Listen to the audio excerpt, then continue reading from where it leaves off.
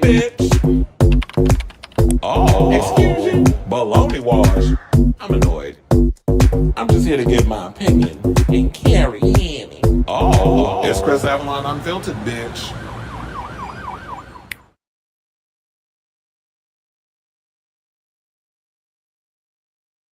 Hey everybody, welcome and happy Thursday. It's your boy Chris Avalon, and welcome to a brand new episode of Chris Avalon Unfiltered, a show we basically talk about all things going on in pop culture and hot topics. So if that is a show for you, definitely stick around because we got a lot of tea to spill today, including we got to talk about these first reactions from Steven Spielberg's movie Disclosure Day, which is being hailed as the best film he's made in the past 2 decades. MobLand star Tom Hardy. There were rumors going around that he was fired from the show. Well, apparently, people working behind the scenes said that he was not fired. So we'll get into all that. Plus, a lot of the stuff where he's had problems in the past with celebrities such as Charlize Theron and Shia LaBeouf and a bunch of other people he butted heads with throughout his career. Also, I don't know who asked for this, but apparently Anderson Cooper and Andy Cohen are doing a Independence Eve live show similar to what they do for New Year's Eve. Well, apparently CNN thinks that they're entertaining enough to give us a show to, declare our independence, 250 years that this country is about to turn. So we'll get into that. Plus, there's this big thing going around with this freedom concert, whatever the hell it is that they're talking about, and a lot of has-beens is on the list. Well, apparently, a lot of them are saying that they're not on the list. The only one who's out here going on a 7-minute rant, and we got the rant. I'm probably play a little bit of it. I don't want to bore y'all to death. Or who knows? We might play the whole thing. But apparently, the rapper Freedom Williams from CNC Music Factory is going in on people because he was doing it live from his toilet in regards to y'all bashing him over the fact that he's doing a Trump concert, whatever. So, because they couldn't get nobody current, they had to go get people from like 30 years ago. But anyway, so speaking of that, then we got to talk about Gayle and her interview on the Call Me Daddy podcast. She spilled tea regarding her ex-husband cheating on her with a close family friend. Not once, but twice, the man cheated. And them gay rumors between her and Oprah and how she felt regarding the fact that Oprah wouldn't even denounce the fact that they were not sisters. So we'll get into those clips. Plus, Jonta is in the news again. And I always, if I can find a Madonna clip that's gonna help this show, because apparently all the Madonna videos I've been doing as of late has been getting a lot of traction. But anyway, she named JFK Jr., not the daddy, because he was dead long before she even met him, as the best person she ever had sex with. So we'll get into that. Plus, Amerie done got some good news regarding her and her nasty divorce that she had going on. Olivia Rodrigo was addressing the Babydoll dress controversy. Paris Jackson is explaining why she no longer feels obligated to discuss her father in the press. Netflix, speaking of her father, Netflix is facing a huge backlash over that Michael Jackson trial documentary.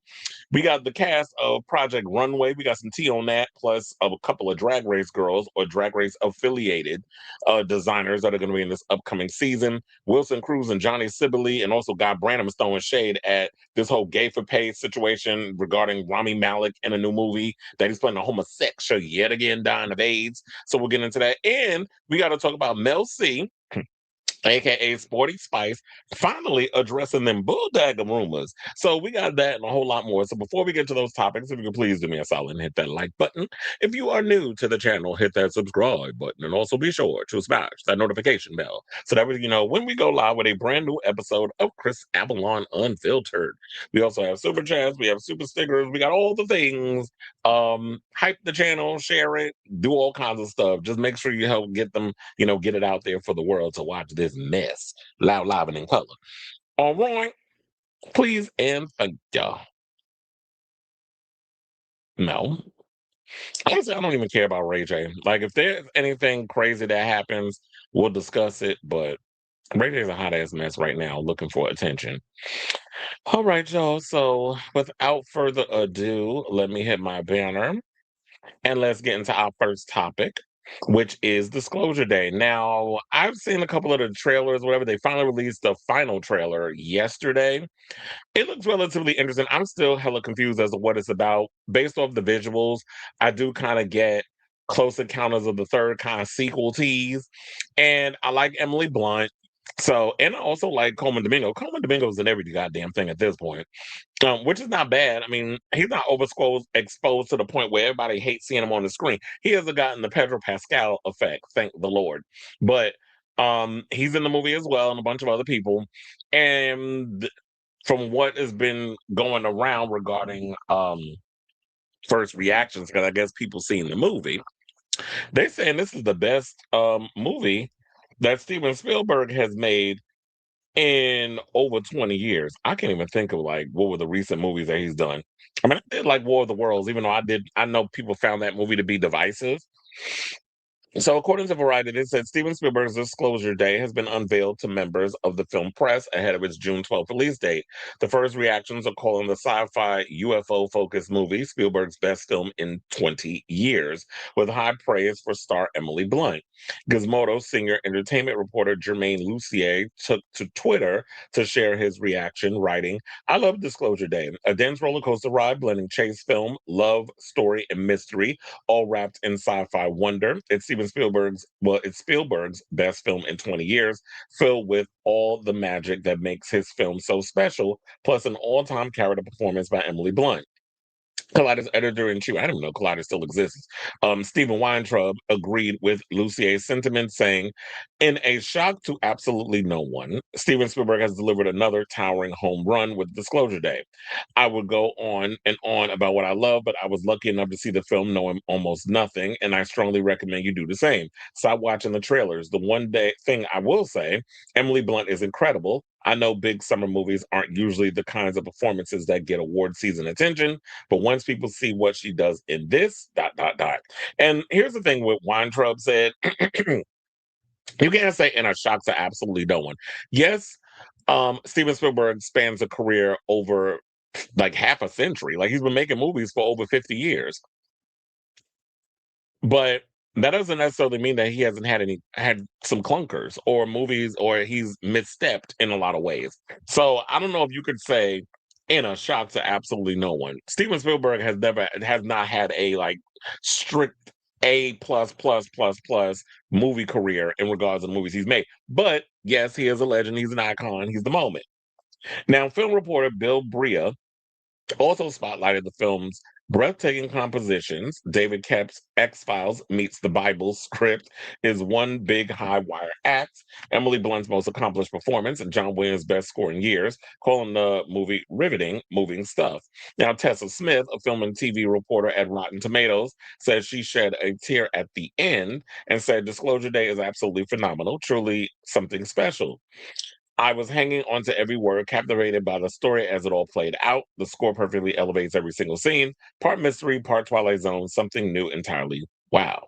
Now, the film's official love line reads, "If you found out you weren't alone, if someone showed you, proved it to you, would that frighten you? This summer, the truth belongs to 7 billion people. We are coming close to Disclosure Day." And Blunt plays a Kansas City TV meteorologist who is suddenly overcome by a mysterious extraterrestrial force while taping a weather segment live on air, and is joined by Joss O'Connor, who stars as an alien life believer determined to reveal the truth about life outside of Earth to the rest of the world. Colin Firth, Eve Newson, Coleman Domingo, Wyatt Russell, and Henry Lloyd Hughes round out the cast. And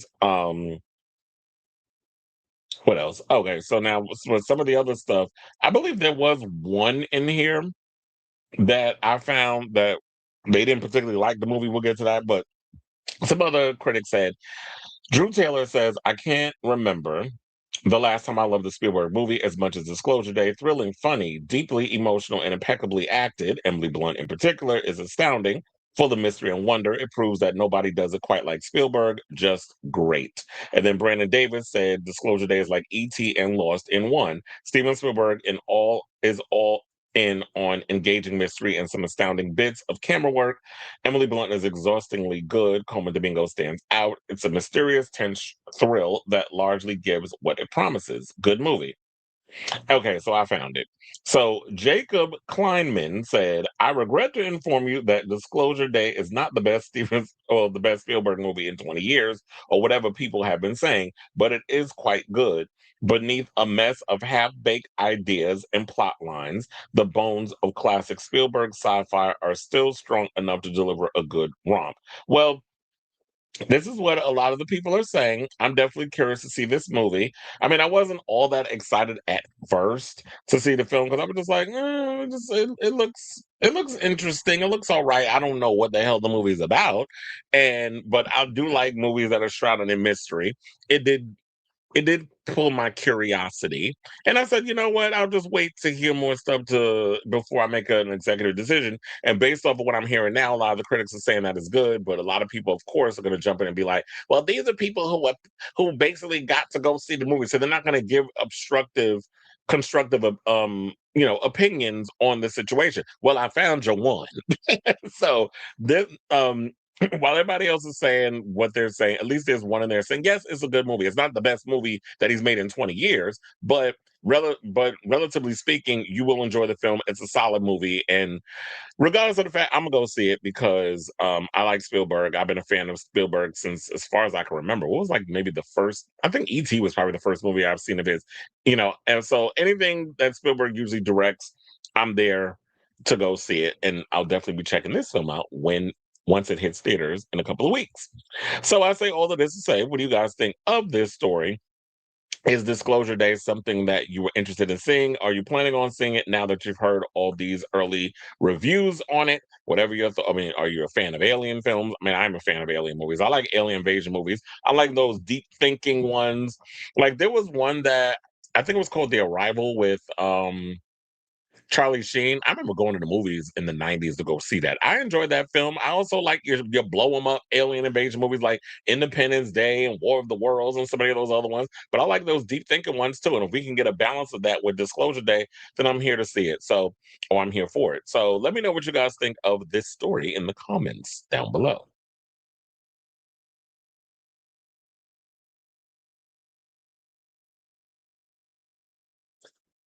His West Side Story and Fablemans. Oh yeah, that was another one too. West Side Story, I definitely enjoyed his version of West Side Story. It's unfortunate it flopped at the box office, but I definitely enjoyed that movie. He's done so many iconic movies over the years. Yes, he has. I said he's got more hits than misses, but we're not going to say it's the best movie made in 20 years. We'll be the judge of that when we go see the movie. You got home a few hours ago. Where did you go to? What was it? The Fume? And you said so many movies to watch. This scary movie, Backrooms, Evil That. Speaking of Backrooms, um, if you know, you know where I got that reference from. But Backrooms, I actually am going to go see that tomorrow morning. I know one of my friends I was speaking to earlier, he was like, "Did you go see one of my somebody who's actually on the upcoming season of Dracula?" I ain't gonna say who yet, but was like, "Have you seen Obsession?" And I was like, "No, I haven't seen it yet." Told me it was good. I want to go see it, but then I was like, well, there's no point at this and right now because according to reports, it's coming out next week, an unrated version at home. So what's the point of me going to sit in the theater and watch it when I could just rent the unrated version and see that movie in the confines of my own house instead of like going to a theater? So I said instead I'm gonna go see Backrooms. I do want to see Scary Movie, but no shade. I gotta go see Master of the Universe first. So I'm gonna try to figure out a way to probably maybe I'll do a double feature or I'll just have to do back to like one day and then another the next day and see it like that. And then yeah, Evil Dead Burn. There's so many great movies coming out. This like 2026 is gonna be oversaturated with a lot of movies. And we just heard the news that next year, Memorial Day, they're releasing the John Rambo prequel. Which, funny enough, I was watching Rambo in First Blood Part Two yesterday. I don't know. I was in a Rambo mood, so I was like watching. Decided to watch both those movies, and I was sitting there thinking, like, how would they make a prequel? But I guess based off of some of the stuff that was in the first movie, they can expand on that and like show like him in the Vietnam War and all that stuff that was going on then. Me too. Said Jaws was my first Spielberg movie. I wasn't even born when Jaws came out, but yeah. I've had to watch Jaws like quite a few times to really understand, like really engulf myself in the story. Hmm. Yeah, I seen E.T. I think I saw E.T. on VHS when I was a kid. Finest Sky, yeah, that was a good one too. You said I'm very curious about that Christopher Nolan film, but I didn't know anything about Disclosure Day. I don't think it's been getting a lot of promotion. Like the only way I know about Disclosure Day is I went to when I would go to the movies, they would show it before the film came, like a pre like coming attractions. They would show it during that, so that was the first time I actually seen it. But I do want to see the Christopher Nolan film, even though it's getting all this controversy because people have a hard time believing that a black woman could be Pelham Troy, and you got a trans man in it. So they're all upset because we have all these different actors portraying certain characters. And I'm like, the Odyssey is not like history. No, I went to see you said you went to see your mom and my dad and sisters. Yeah, I know that. You said, what time you going to see Backrooms? Because I was thinking of going tomorrow too. I think I got an early show. I think 10:15 in the morning. So yeah, because I was like, I'm gonna go early in the morning, then I'm gonna go work out, and then I'm gonna go to work. Because I was like, who's performing? Charlie Puth. That's who got a show tomorrow. So I'm working his show, and then Saturday is Kid Cudi. Mine is MIA. The first, and the reason why I was late, speaking of which, is because I had to revise my schedule. So apparently, we got an update with all the Knicks finals schedule, which they keep talking about Donald Trump talking about he gonna come to the Knicks game. Okay, show up and watch your ass get booed. Nobody want to see your ass up in there. Speaking of which, did y'all see them videos of him going behind this column and passing gas? It was so loud that they it's all over social media. I think one of my friends posted it from TikTok. He took it and posted it on Facebook. And I was like, that cannot be y'all cannot be serious with all of that. Like him just blowing half his ass away.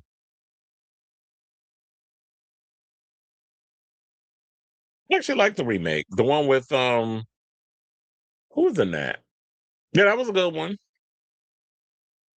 The remake of the one Fede Alvarez directed, I'm assuming that you're talking about. And then they did Evil Dead Rise. I enjoyed that one too. And Evil Dead Burn, that looks interesting. So I'm gonna watch it.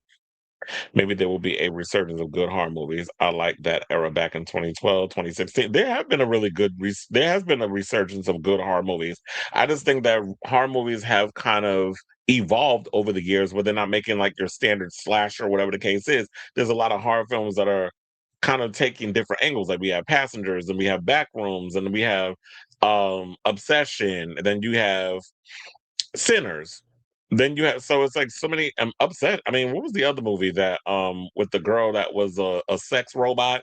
That was a good one too. That none of y'all companion. No, none of y'all went to go see it in the theater. No shade, I didn't either. I watched it when it came on HBO Max, but it was a good movie. So there's been a lot of really good horror films that have been like these unconventional ones that's outside of your screams and all that. Speaking of which, I think Scream finally debuted on Paramount Plus today. Good horror movies and psychological thrillers came out a few years ago, like Nightcrawler, Sinister, The Babadook, Insidious. Also, what was another good one that I just saw? That was a good psychological thriller. It'll come to me. I actually like The Witch with Anya Taylor Joy. That was a good one. Of course, I've seen Poltergeist, but I'm trying to think. I don't think Steven Spielberg directed that. I think wasn't it Joe Dante or somebody? Hold on.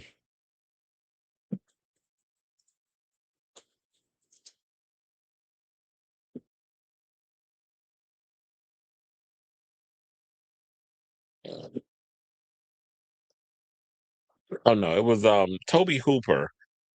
the late Toby Hooper directed Poltergeist, but from what the word was is that Steven Spielberg was very hands-on with the making of that movie, and I believe it because if you watch the film, it definitely shows that Steven Spielberg's stamp was all over that movie. It feels very Spielbergian.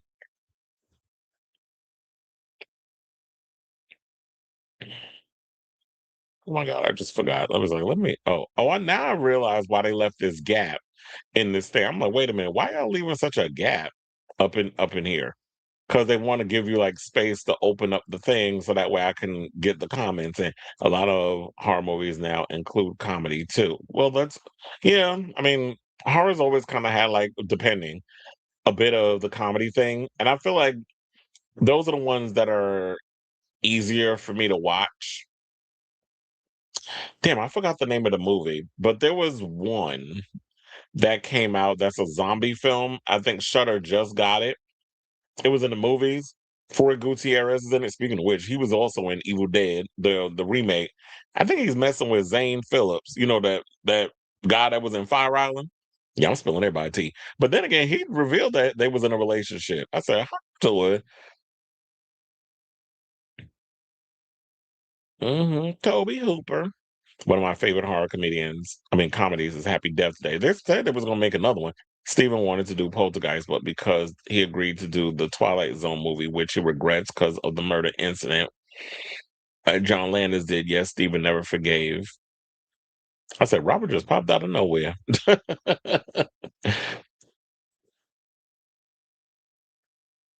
Hold on.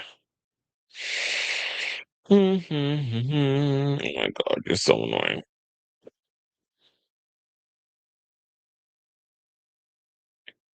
Oh, I remember what it was nowadays. I had to go check real quick. It's called This Is Not a Test. That's the name of the movie with that's like this little zombie movie. Um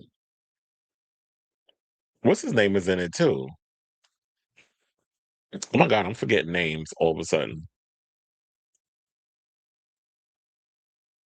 So now I gotta check again.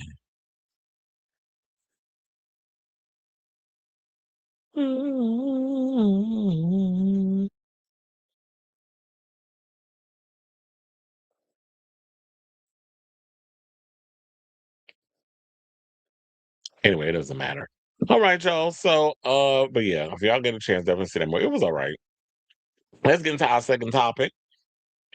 And let's talk about Tom Hardy. So apparently there were rumors going around as of last week that Tom Hardy is out of a job, that he was fired from that show MobLand, which I was trying to get around to watching it, but things happen. I haven't been able to check the show out yet, but apparently they said it's good and all this other stuff. I haven't seen it, but whatever. So apparently, according to Variety or a person who spoke to Variety, they said that he hasn't been fired. So despite rumors swirling since last week that the actor would not return for a third season, sources confirmed discussions are underway to find a way for Hardy, who plays gangster Harry D'Souza in the Paramount Plus show, to come back.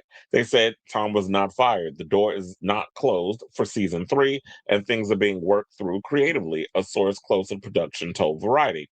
Now, I know a lot of people probably wondering what the hell was going on. What was happening with all this? But apparently, yeah, last week they were saying that he was fired from the show. How the Reporter posted it, Daily, all the big major trades posted this story, so everybody ran with it, including us. But they said that his character's fate had not been decided as of his firation. So Hardy, they said he clashed with producers on the series, including executive producer Jez Butterworth and others at David Glasser's 101 Studios, while Mobland Season 3 is tentatively scheduled to begin production in the UK this September. It hasn't been greenlit yet, and that may be the least part of why there's tension between the two sides. As for Hardy's on-set behavior, one source said that he refused to come out of his trailer, excuse me, for hours at a time. He kept the cast waiting, which is a power play. Keeping Pierce Brosnan, Helen Mirren, and others waiting is career suicide, I would wager. The actor who plays, as I said, Harry D'Souza in MobLand has a reputation for being hard to work with, following well-publicized clashes with Charlize Theron on the set of Mad Max Fury Road. Sir Patrick Stewart has also addressed Hardy's habit of keeping himself to himself on set after they co-starred in Star Trek Nemesis. Remember, I think that was funny enough. I think that was Tom Hardy's like first role, breakout role, and you was being an asshole then. Jesus, I was like, how was you able to still keep a job after all of that? But then again, they said he keeps himself to himself. I mean, no shade, but Tom Hardy's a Virgo, and Virgos are very much like we just want to be by ourselves. We over here in the corner, don't bother us. We just in our own little world.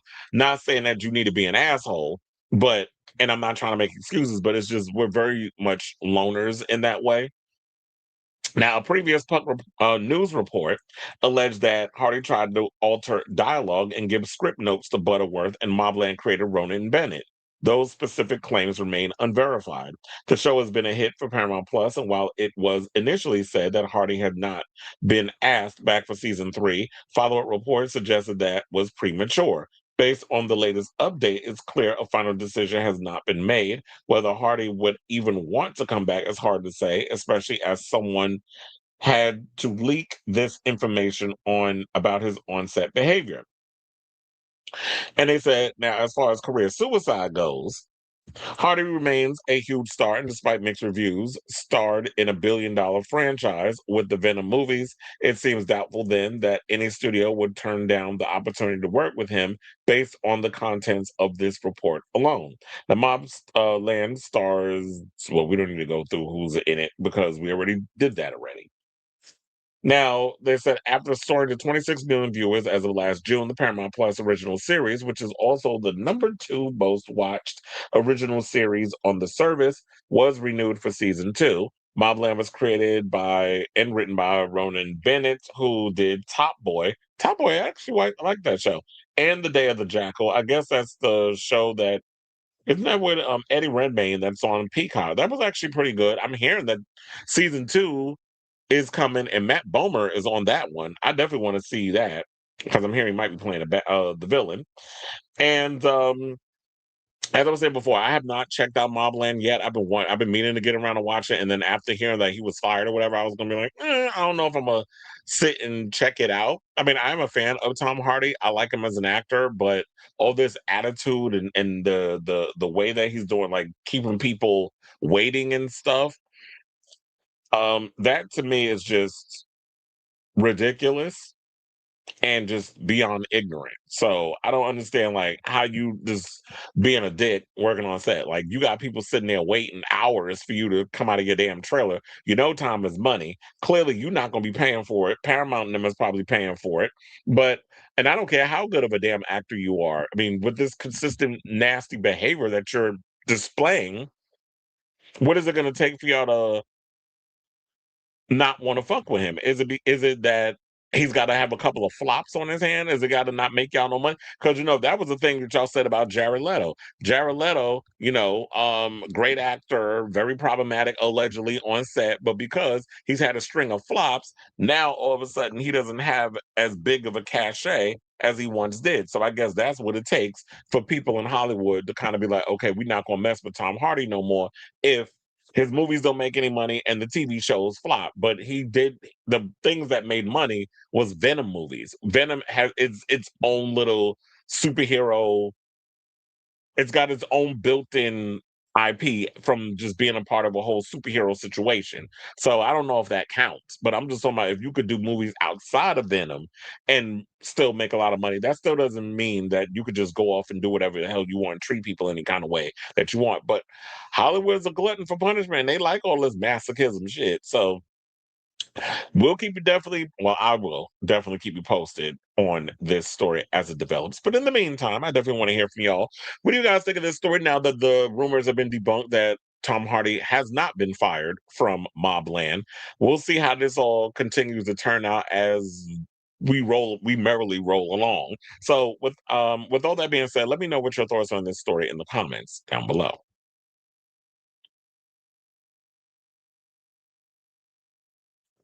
Well, yes. Happy birthday to Mother Kylie Minogue. She is 58.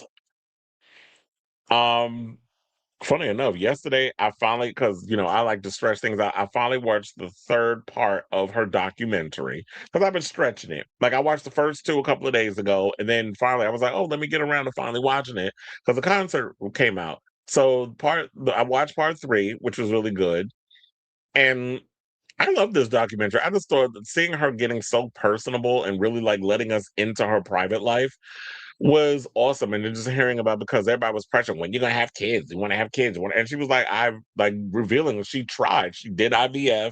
I think that's probably what her relationship with Olivier Martinez, who ended up sidebar knocking up Halle Berry years later and marrying her, I believe. But then they had a nasty little breakup. And I know they have custody issues too, because they have a son together, Maceo, and I know they had a little drama with their relationship. But he and Kylie were together during her little cancer schmancer situation, and getting the behind the scenes and more insight into that, plus the fact of her revealing the second diagnosis, saying that I wanted to bookmark this moment in time because, just so that way she could remember when this all went down, and that was when they wrote Story, which I do like that song. And now when you listen to the song, it feels like it has a deeper meaning. So after watching that and getting a little more into her personal life, then I decided, okay, let me watch the Tension Tour, even though I've seen it twice. So watching it on the screen was my third time. It's a good concert. I never even realized, like, I feel like I get to, watching it on the screen, you get to capture all the things that you may have missed because it's just a lot going on. Like it's sensory overload. But then watching the show, because the music and the lighting and the choreography and Kylie's personality and all that stuff, all of that's going on at once, and you're trying to just take it all in. But then when you sit and watch it at home, it's like you can catch everything. And I didn't even realize that I knew so much of her lyrics, because I be up on here botching people lyrics and stuff with their songs, because I can't never be remembering sure at the time I had. But when the songs came on, I was like knowing all the words by heart and just singing along. And Kylie is a national treasure. We must protect her at all costs. So happy birthday to the other queen of pop, Kylie. Did he? Well, let him. Is that why the rumors is going around that JD Vance talking about resigning? Well, also I had to wait for my slides to get delivered. So there was a lot going on why I was running late with this show. But nevertheless, we here. Black Love is in the building. Oh wait, you know what? I just realized I did not put y'all comments on the thing. Well, let me do it now. All right, y'all. So now let's get into this story. Let's talk about the Andes, Anderson Cooper and Andy Cohen, because child, quiet as I don't know who asked for this, but apparently, they don't think that we get enough of these two obnoxious queens when they fucking up my New Year's. Well, they ain't fucking up mine, because I always spend New Year's with fish down at the garden and getting my bonus with working that. That's the good perks of working the whole fish thing. But anyway, so I usually spend my New Year's with fish while y'all over in your houses spending New Year's with these two heifers. But apparently, they think that we love them seeing these fools acting a drunken mess on CNN every New Year's, that they want to fuck about Independence Day Eve as well. So, according to reports, Anderson Cooper and Andy Cohen are jumping from New Year's Eve shots to 4th of July fireworks. The pair, which has held forth the past several years as hosts of CNN's New Year's Eve coverage from New York's Times Square, will now do something similar on July 3rd. First of all, how dare y'all gonna do this mess on Madonna's album release day? But whatever. Um, yeah, so they're gonna be doing something on July 3rd. It's called Independence Eve Live with Anderson and Andy, celebrating 250. Will feature the dithering duo in the crossroads of the world, counting down until a ball drops to honor the nation's semi-quincentennial. Then on July 4th, 2026, CNN will feature the fourth in America, celebrating 250. Well, for the rest of us, like immigrants and black folks or whatever, they ain't shit to celebrate about a country that was built on the genocide of Native Americans and slavery. But go off, niece. Now, They said the coverage will include festivities on the National Mall in Washington, D.C., as well as the Great American State Fair. Special coverage begins at noon with Breonna Kyler and Laura Coates anchoring from the nation's capital. Cooper and Pamela Brown will pick up coverage at 6 p.m. from Boston as the network airs the Boston Pops Fireworks Spectacular. This shit sounds boring as fuck. I don't know anybody that's going to sit up here and watch this mess. This is probably like watching, remember that scene of like in Tu Wong Fu when they went into the town? It was like, well, what do y'all do for fun? And they named basically the stuff they was doing for fun. It was just the most boring thing that you had possibly ever heard. And of course, it took a bunch of drag queens to glam things up and make their whole town like exciting again.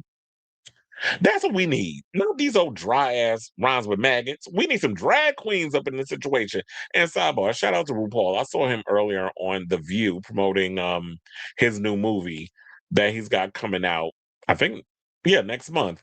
He still wants y'all to be out here and just be joyful and dance. I was side-eyeing him during that whole. I said, "This queen's still on that mess." But anyway, speaking of mess and queens, I won't be watching this, but I just want to let y'all know that this is what they got going on. And if y'all care enough to watch it, be my guest.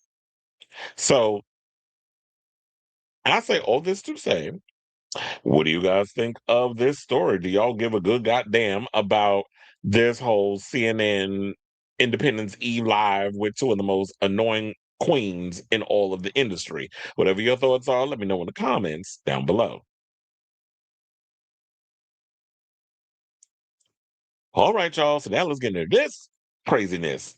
Let's talk about this whole little performance thing that's going on. Now, before we get to that, I want to give a shout out to Tom Morello, who I don't know if y'all know this, but Tom Morello has been touring with Bruce Springsteen and the E Street Band. Well, apparently he's created something called Power to the People Festival that's going to be performed. I think Joan Baez is going to be performing, Foo Fighters, a bunch of celebrities are going to be there to perform it. Wait, hold on. Let me see if I could get the full list. It's supposed to be on October 3rd at the Merriweather Post Pavilion in Columbus, Maryland. And he'll be performing, even though he put it together. They said it's going to feature Dave Matthews, Brittany Howard, Dropkick Murphys, Jack Black featuring Roman Morello, Revel Ian, Yoyoka Soma, and Hugo Weiss. Serge Tankian, I don't know, I guess we could say formerly of System of a Down. Cypress Hill, Killer Mike, grandson Taylor Momsen. She's still making music. Matt Cameron and the Linda Lindas, alongside artwork and a DJ set by Shepard Ferry. Pre-sale begins on Friday, May 29th. So that's something you're interested in. Definitely check it out. But now that sounds like a fun thing to do because it's all about, the country and the democracy and doing things the right way. Well, apparently they've got some other situation coming up that I don't know anybody that would be interested. See, they had some interesting people in that other one. Tom Morello can curate some interesting lineups for this. How y'all got a bunch of goddamn has-beens from over 30 some odd years ago to be in some situation that's called the Freedom 250 event? So yeah, then they said it's for the Great American State Fair, and there's quite a few of them that have backed out. Now, CNC Music Factory rapper Freedom Williams said that at first he almost told his agent that he was out of performing at the MAGA coded event. But once people started calling for his cancellation because they had saw the list of celebrities who was going to be partaking in this situation, he was like, oh, nobody puts baby in a corner and decide to go off on a 7-minute rant while on the toilet taking a shit and yelling at his damn phone. So we do have the clip. Which I think is batshit insane, by the way, that you sitting here on the toilet with your whole ass on a caboose, a porcelain caboose, and now you want to sit up in here. Wait, hold on, where is it? Okay, shout out to Stereo Gum for this, and then want to go on a whole rant. So we're gonna play the clip. We're gonna come back and talk. Please hold. Hey yo, man, I just got some texts all day. I kind of been out the loop. And people talking about, you doing the Trump Freedom Show. You doing the show on the 250th anniversary of the U.S. with Donald Trump. I'm like, what? What are you talking about? They're like, yeah, man, social media, boom, boom, boom. People commenting on it. You know, fucking with Trump. Celebrity niggas is calling me out. Niggas I've known for years who know I don't fuck with Trump. Nigga, I'm dog type with Devon. I know where I stand. I know who the fuck I am. So I'm like, what are you talking about? My agent called me about 3 months ago and said, Joe, you want to do a show the 25th in Washington? Yeah, I just did a show in Washington for the Mystics. I did a show 6 months ago in Washington. I do shows in Washington all the time. It's no big deal. He says, yeah, you didn't say nothing about Trump. You didn't mention Trump. So I'm getting all these calls. So I go online. I'm like, okay, so what's going on? So I told my agent, yeah, no, I ain't gonna be able to do that. You know what I mean? But then as I thought about it, I'm getting all these texts talking about we're going to cancel C&C Music Factory, and we can't believe this is going to be a terrible show. Vanilla Ice, Young MC, and fucking, Milli Vanilli and Brett Michaels, and it's a terrible show anyway. Let me tell y'all niggas something. I don't fuck with Trump. I don't give a fuck about Trump. I don't give a fuck about Trump family. I don't know the nigga. I'm from New York. I know the nigga. I know the type of fucking anarchy he creates. But the day I let you motherfuckers tell me what to do is the day I die. I want to make that shit motherfucking crystal clear. I do not live for none of you niggas. I will vote. Listen, I will vote for fucking Genghis Khan, Hitler, and motherfucking Ivan the Terrible before I let you niggas tell me what to motherfucking do. You the same niggas that voted for Obama who never did shit for you, who actually the only person, Gaddafi wanted to give black people $1 billion to open up their own banks and gold. But you know what the U.S. government told them? If you do that with so-and-so, we could never have that happen because we could never free black people. And then Obama got in office and they waited for Obama and Obama killed him. And Obama said, I regret killing Gaddafi. Nigga, you don't regret killing Gaddafi because you work for the motherfuckers, the Zionists and the white capitalists. You work for that motherfucker. So y'all can suck my dick with that don't do a show for Trump shit. I don't give a fuck about Trump. But I also don't give a fuck about you either, nigga. You niggas talking about this and that, and you guys are gonna cancel. You can't cancel me. You niggas never brought me into existence. You ain't buying no records because they ain't putting out no records. So what you gonna cancel, nigga? I do 50 shows a fucking year, damn near every weekend. I don't see not one of you niggas in the show buying my merchandise. You know who comes to 90% of my shows with Naughty by Nature, God Bless the Dead, Rock Bass, Color Me Bad, All for One, Biz Markie before he died? You know who 90% of the people was at our shows? White people. You know who 70% of those white people probably voted for? Republicans. So you niggas don't fucking count. You need to stop being on social media thinking that your fucking opinion matters. It don't. Go talk to your mama. Your mama opinion matters only to you. All right, I think we got the point. Because he just gonna go on a damn rant. He said he don't give a good goddamn. But if you don't, sir, then why did you spend 7 whole freaking minutes going on a rant telling people that their opinion don't matter and you don't care what they think? And every other word being the N-word. What are you, 12? Like, grow up, sir.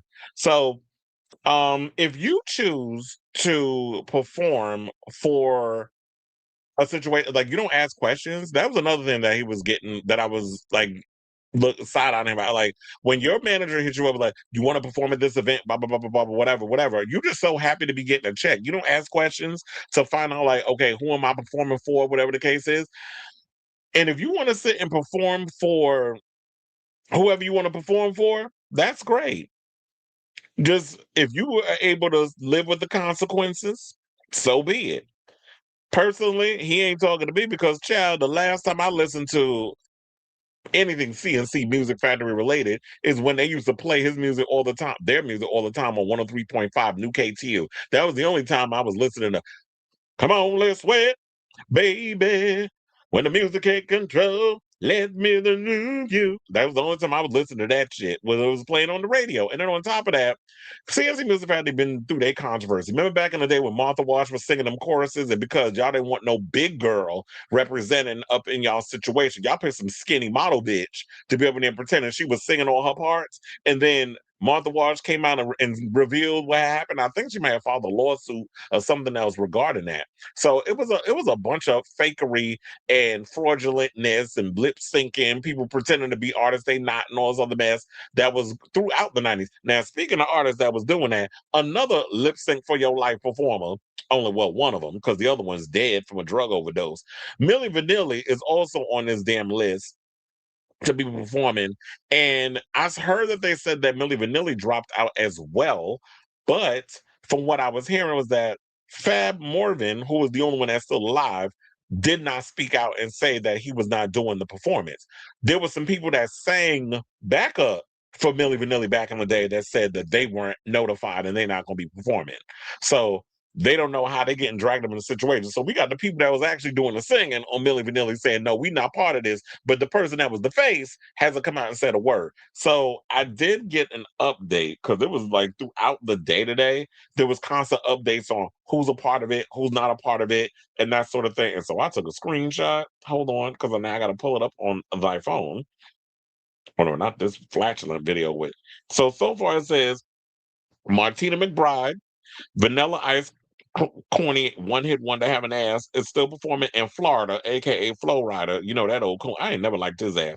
And Brett Michaels. Those are the only four that's still a part of it. Well, I guess we could still say Milli Vanilli because Fab, like I told y'all before, has not come out and said that he's not performing. But the ones who are not performing, Young MC said he ain't performing. CNC Music Factory, I guess they are performing because they got a question mark over them. The Commodores, I'm like, child, who checking for the Commodores? Lionel Richie ain't been a part of that lineup since the 60s. So the Commodores ain't performing. Milli Vanilli, that's still up in the air because, like I said, Fab hasn't said anything, but the other people that sang on as Milli Vanilli is a part of it. So yeah, so all that we got so far is Martina McBride, Vanilla Ice, Florida, Brett Michaels, and CMC Music Factory. So they got 5 people. And you know what? If you really want to be about it, why don't y'all just do what y'all normally do? If y'all want to add another has-been, why don't you hit up Kid Rock? What the fuck is he doing? Besides eating Lauren Berbert's coochie. Ain't that the one he fucking? That old dusty funk box having bitch. So um go ask him. Mm-mm. Oh, I just got a message from people to my you are currently on for Kid Cudi. I know. Wait, what's this one? Oh my god, here we go with all the damn swaps. Okay, let me get off my phone. But anyway, so yeah, because I'm getting distracted with work stuff.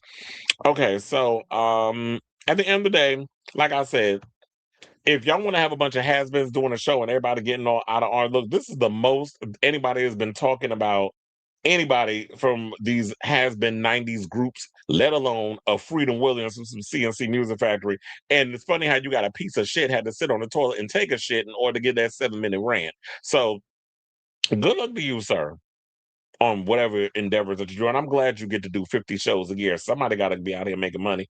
So I say all this to say, what do you guys think of this story regarding this whole situation? Whatever your thoughts are on the matter, let me know in the comments down below. Hold on, because I gotta pull this thing up. I got looking for something. Where's she at? Where's she at? Where's she at?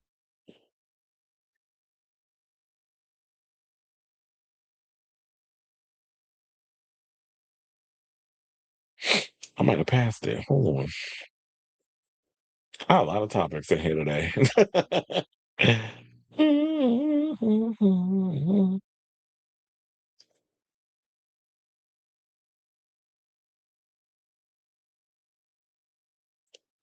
All right, let's see what the peoples are saying in the comments.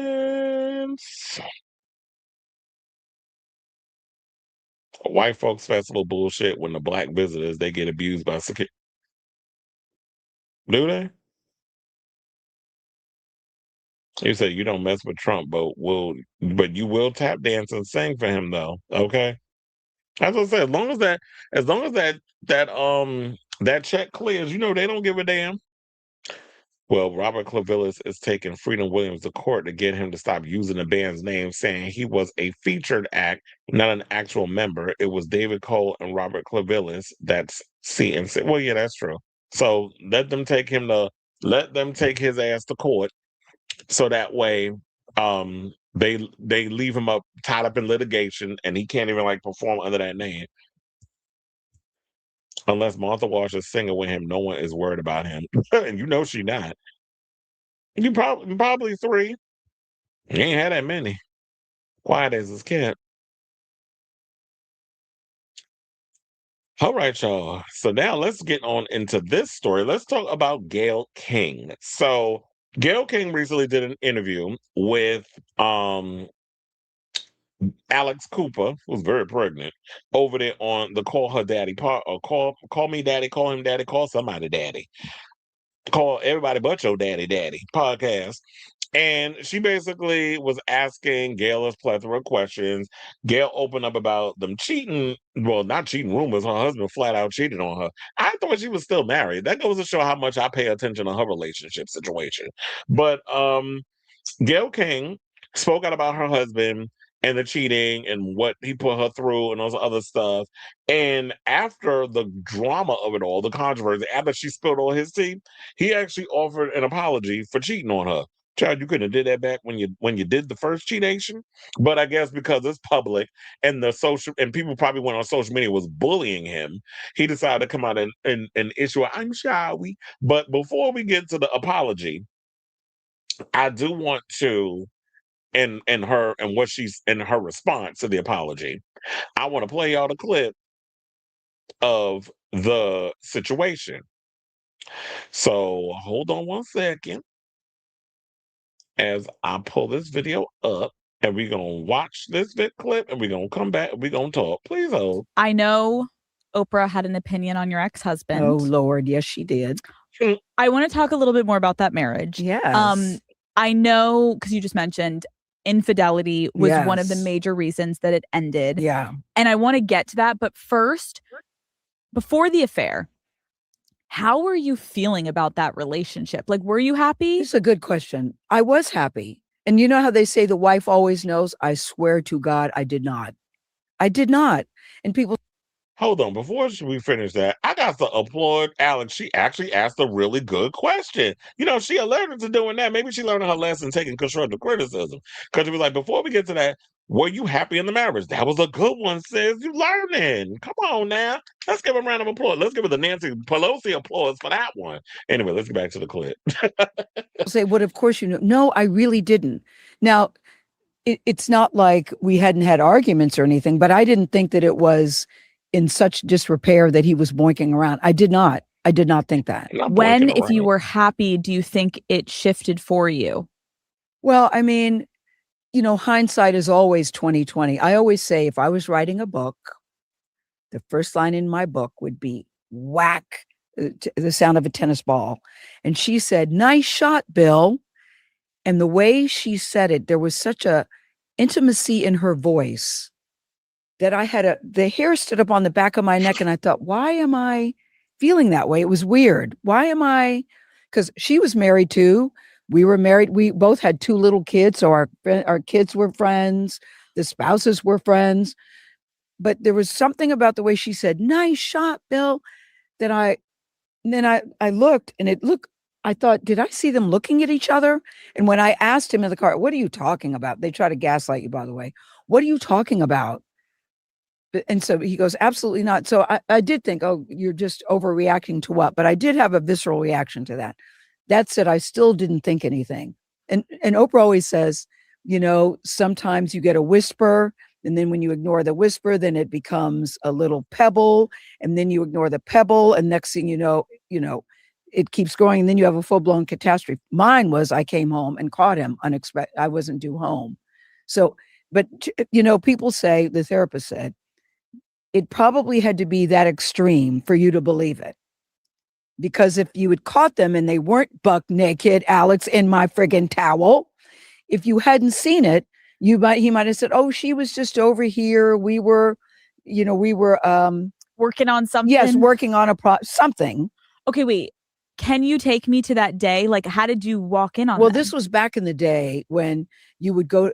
I used to drive myself to the airport then, Alex. Yes, you did. Yes, you did, Miss Gayle King. Before Uber and Lyft, and when you call it a car service. But I drove myself to the airport, and the airline would call you to say, listen, your flight has been canceled, but you can if you get on the next one, you can get out of there. So I was in DC, and Kirby and Will were little. They were like 2 and 3 at the time. So, I said, guys, we got to hurry, go.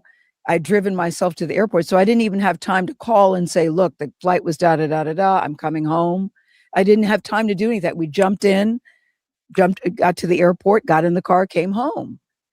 And the alarm was set, which I thought, that's strange, because you're in here by yourself. You're a big ass, grown ass man. He never sets the alarm. And next thing I know, he comes flying out of the room, and he's got a towel on. He goes, you can't come in. What do you mean I can't come in? What are you talking about? He goes, you can't come in. Someone's here. I go, someone like who? There's nobody here. I mean, I was so oblivious. There's nobody here. Get out of the way, Billy. There's nobody here. He goes, really, you can't come in. And so I start searching the house because I didn't believe him. I get down, and there they are, or there she is, cowering behind the door. In my towel, Alex, was a nice bath sheet. In my towel. What did you say? I said, I can't believe that you are here and that you are doing this. I can't believe that you are doing this. She was your friend. Yes. And I even said, I thought we were friends. It sounded so pitiful. I thought we were friends. And so your kids were in the house. How did you manage? Well, I had a nanny. She was from Jamaica.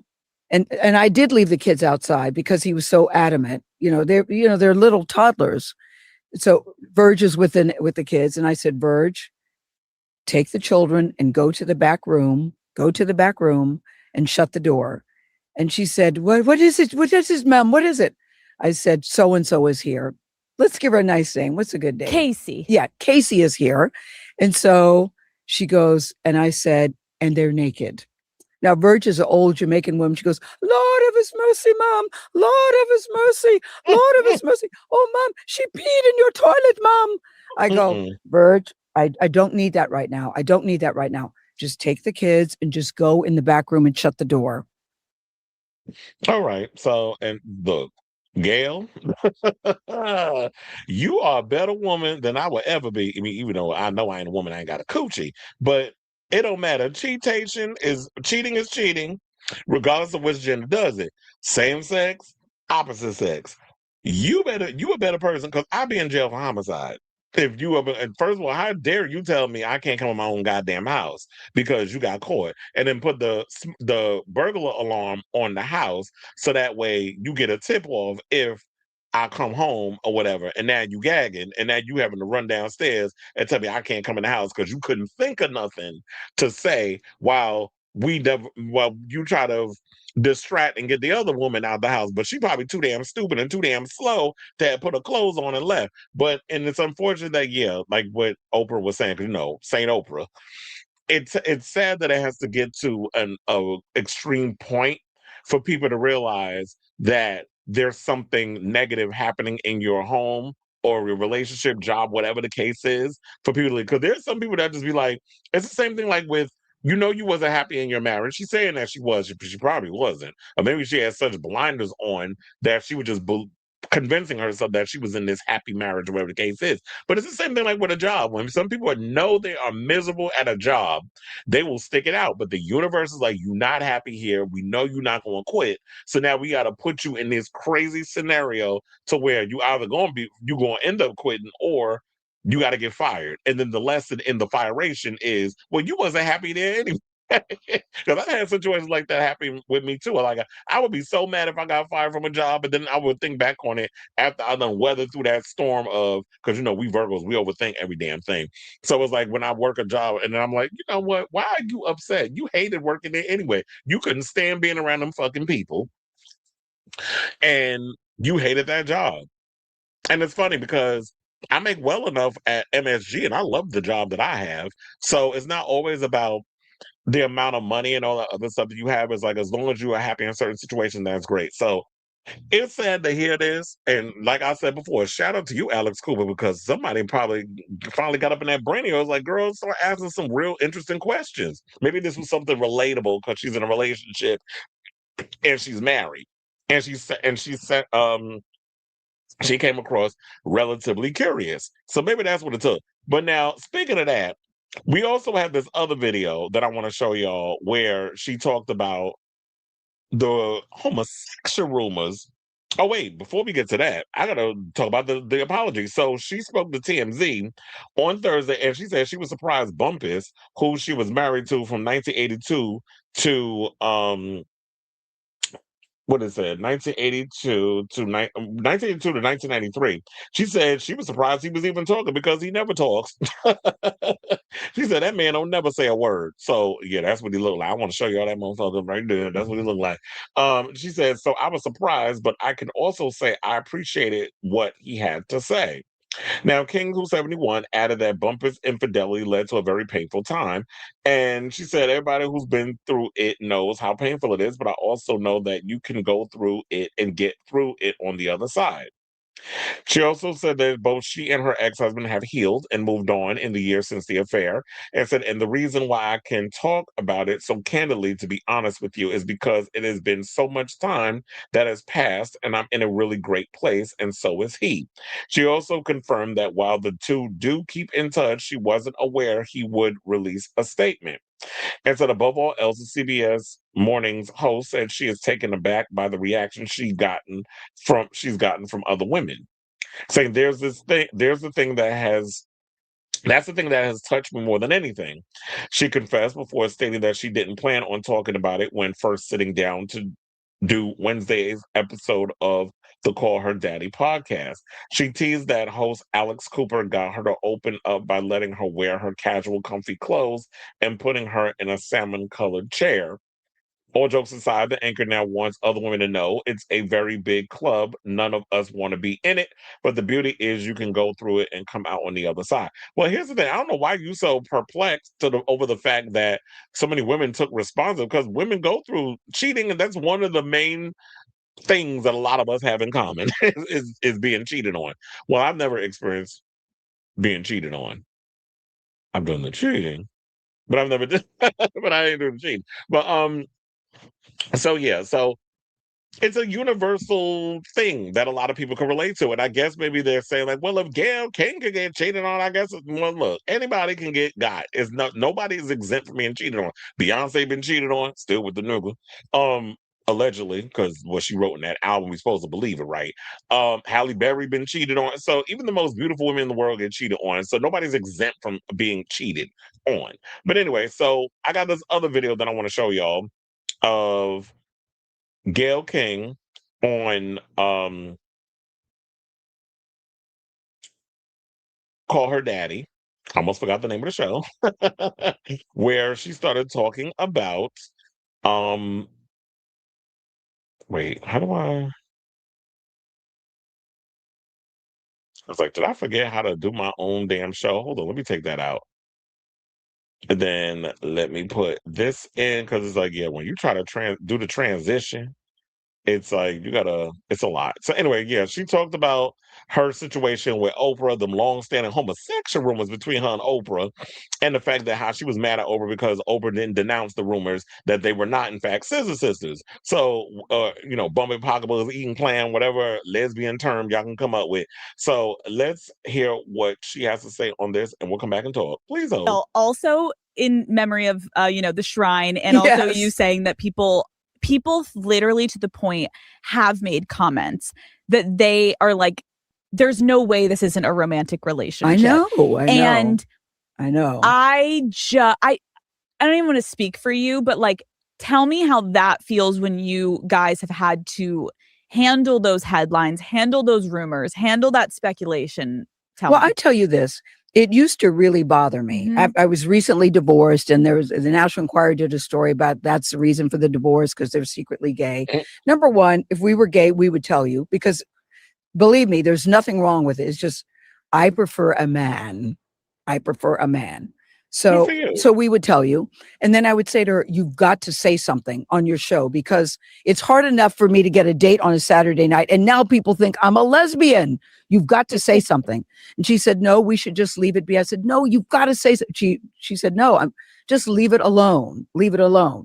So, well, that's fine for you to say. You have somebody. I don't. So it used to really bother me. And now, even today, there's still people that say, well, the truth is, I don't care. I've now gotten to the point in my life that very few things get to me, because when you go on social media, it is an accelerator on hate. As long as I feel good about what I'm doing, the people I respect and trust are okay with it, who will say, well, mom, maybe you shouldn't have done that, or somebody whose opinion I value.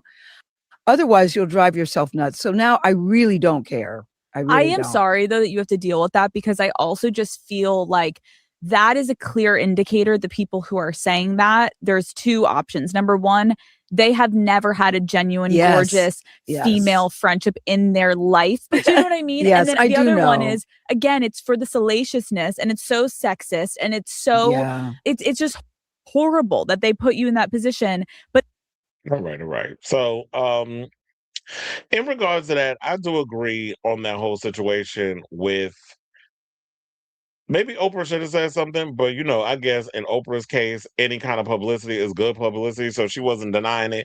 And the fact of the matter is, she's been with Stedman's for like 100 years, so it wasn't going to bother her. But Gayle's like, look, I'm just going through a divorce. I'm ready to step out in the world and give me a new man. And now these rumors is plaguing us. But I definitely agree with that last part, where they were basically talking about how, like, people, the one thing I hate about people is the fact that when they go and they use, if any kind of intimacy between two women or even two guys, where I'm starting to notice there's been this uptick in male on male affection, just genuine male on male affection in a friendship level, and people sit and want to call you gay or whatever the case is. And I hope that a lot of the men who are coming up now, or even older men or whatever, won't allow the ignorance of people on social media to deter them from wanting to have like that sense of friendship and intimacy that they have with their friends. I'm not saying sexual, but just showing the fact that, like, yeah, I hug my friends, I tell them I love them, all this stuff. It's not a sexual thing. It's just that connection that you get with your friends that you don't get from a significant other. And we should applaud that rather than thumbing our nose at it and calling it gay. Because the one thing I'm getting sick of is that people using gay as a negative, or it's a bad thing, or showing any kind of emotion or intimacy is a bad thing. I mean, we got that moron that goes around beating his face with a fucking hammer, talking about how him giving himself an orgasm is more important than getting off his girl. And then you got them fellow incel retards running up in there just laughing at it like it's funny. And it's like, yeah, y'all know how to fuck, but you don't know how to really please the person that you're with on the sexual point. But also, you need to learn to have that sense of intimacy as well. So I get it, and we all was up in here laughing and kikiing over the fact that, with the rumors regarding Oprah and Gayle. I just had to cuss somebody out, by the way, because it was over that Tony Hinchcliffe thing. I commented on The View, and somebody tried to call me a crybaby because I said that, my little rant that I did on it. And I was like, kindly fuck off. That's what I wrote to them. So we'll see how they take that. But anyway, so shout out to you, Gayle. Shout out to you, Oprah. And good luck on everything else y'all got going on at this point. So I say all this to say, what do you guys think of this story from all of what we got from that podcast? Gayle getting candid about her divorce, her nasty divorce, and the fact of her with the homosexual rumors regarding her and Oprah. Whatever your thoughts are, let me know in the comments down below.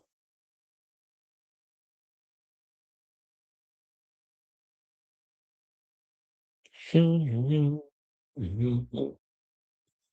the girls is mad, honey. The girls is mad because wait, hold on. Because there was something going on with wait, Dula Peep. Oh, she posting clips and stuff from her concert.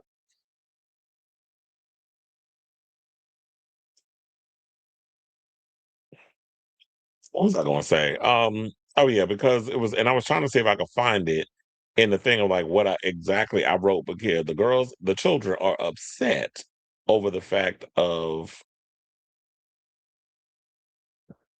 what was it? The View put, oh, they were talking about Kevin Hart defends controversial George Floyd roast joke. So what I had said was, Black people have the right to be outraged over a joke made at the expense of a man who was unalived by a white police officer. Tony also tried to make an N-word joke by using the term ninja. Why is it that when Tom Brady asked Jeff Ross to not say a certain joke again, he immediately complies? But when Black people ask for the same courtesy, we have to suck it up as just a joke. Roasts and jokes have setups that can be pretty clever if you're not being lazy about it. Gilbert Gottfried was good at setting up a raunchy joke, as was Don Rickles. Tony just says things to be controversial. Also, let's be clear, Kevin is not willing to challenge his white counterparts because on the surface, he's finally been invited into the club.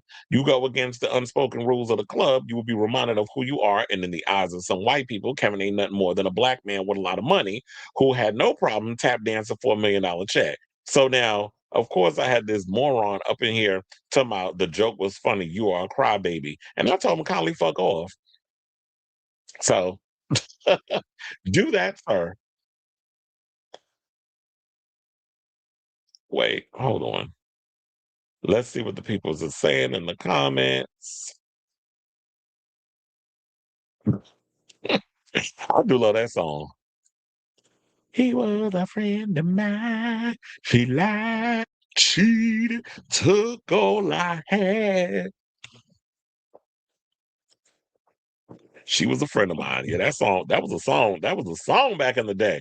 And you said, I'm sure she was happy and she also wanted to keep a family unit no matter what. Yeah, because I guess that's what they were trying to tell women to do back in them days. Gayle thought it was funny when she was ridiculing R. Kelly.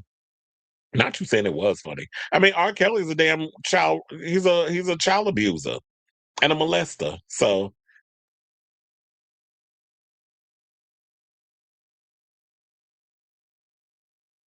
I don't even know what the fuck that even means. But he's about greetings, everyone. Sailor Mermaid's in the building.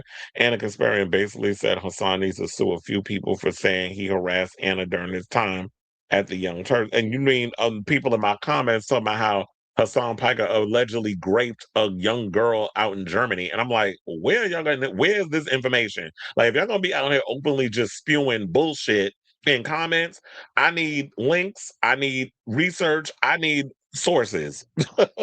And I'm not doing the work because you're the one that put it in my fucking comments. If you got wherewithal when I can get stuff, let me know where I can go and look it up. But if y'all gonna come out here and make blanket statements, at least give where your source is coming from and not just some crap you read off of some social media.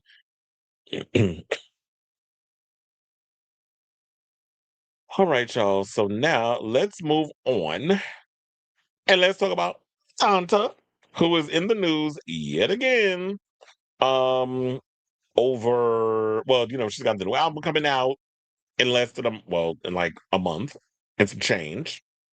And now she's out here kissing and telling. Well, first, yesterday, I did see a little video where she was talking about how she's going to be giving like $2,500, excuse me, to like any musicians or whatever, I guess, that's living in that building that she used to squat in, where a bunch of musicians and stuff was like living and working in at the same time, and was talking about her humble beginnings of coming up in New York and how she basically started a fire in one of the apartments that she was squatting in because she was asleep, and she had surrounded herself with a bunch of space heaters because y'all know it get cold in New York.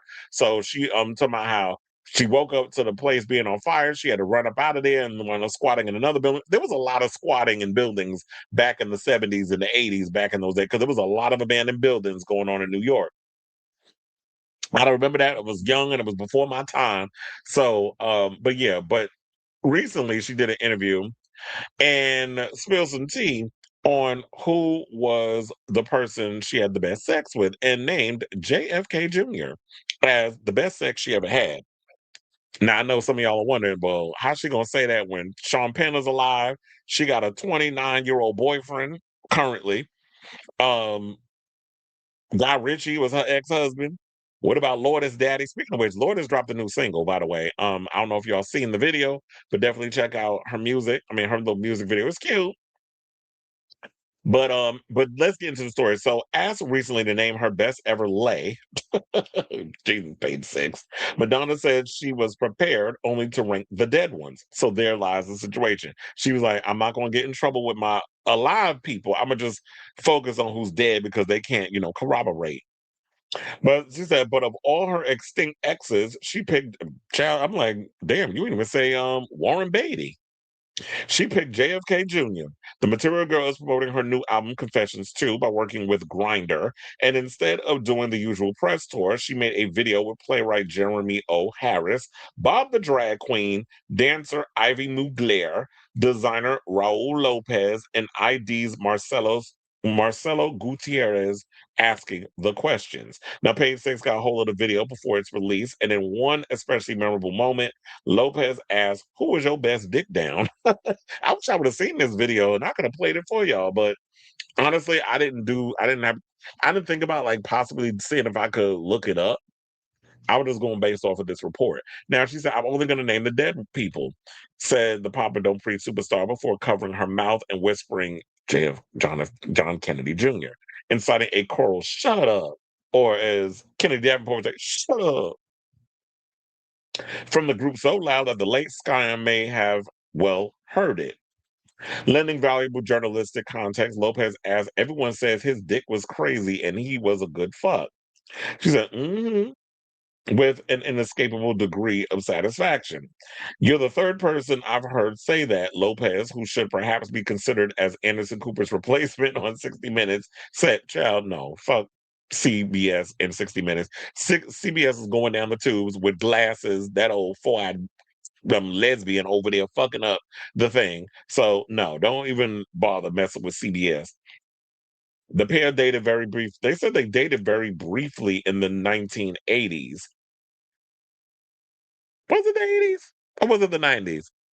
Because I don't recall, but they could be right. But then they said that, but look, one of JFK Jr.'s close friends said that they didn't date. It was basically a fling, if you can call it that. And this was revealed in JFK Jr., an intimate oral biography by Rosemarie Terenzio and Liz McNeil, which came out in 2024. Nothing more, barely a fling at that. The book claims that they met while he was dating actress Christina Hagg, and she was married to Sean Penn. Okay, so it was the 80s. And then they said the unnamed Kennedy friend says that Madonna came on a JFK Jr. and it was flattery. She was at the top of her game. It was all about physical attraction. It wasn't going to be anything beyond that. Rather impressively, if the book is to be believed, John won Madonna's Boudoir Blue Ribbon deceased category without all the usual tools at his disposal, saying that they didn't have the protection measures that she was very on top of and she was they said they didn't have the protection measures and she was very on top of HIV prevention. That didn't stop the couple from having fun in other ways, and Kennedy remarking that the Vogue singer had one of the most beautiful bodies he had ever seen. According to the book, many years later, Penn appeared on the December 1998 cover of Kennedy's George magazine, and the two had dinner. The friend said that JFK Jr. assured Penn that he never knew Madonna in the biblical sense. Well, child, he done lied to you. Now, and proven that he was from a family of lawyers, that may very technically have been true. Now, Kennedy's competition among late lovers include Jean-Michel Basquiat, Luke Perry, and Tupac Shakur.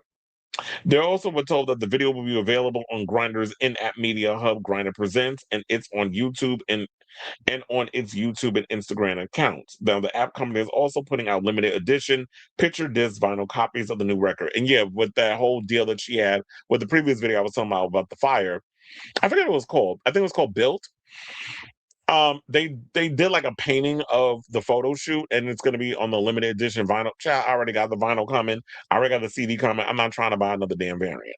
But I know they're going to be doing album release parties and all that other stuff going around. But you know what? I was thinking, do I want to do an album release party, like listening party, whatever? I'm still kind of going back and forth on that. Maybe we'll just do like a discuss the album, what's our favorite songs, like all the Madonna fans come in, because Madonna did say in the previous interview that I was talking about for Bill, she was like, when they asked her, how do you want people to listen to the record? She says, fully isolated by yourself with the headphones on, no distractions, listen to it from beginning to end. And I feel like the way that, if that's the way that she intended for us to listen to the album, it would do the album disservice to kind of come and be like, let's go back track by track or whatever the case is. I just think we should just do like a whole happy Madonna Day, album release party. We sit up in here, we talk. Maybe I'll play little snippets of songs or whatever to try to get around the algorithm. But I'm still trying to figure out how I'm gonna work that whole situation out. But congratulations, daughter. You got your back blown out by JFK Jr. And JFK is a good looking man. His daddy was too. But JFK Jr. had his fair share of honeys that he was able to carry with. So shout out to him. Well, while he, may he rest in peace still. And shout out to Madonna, who's out here can't look.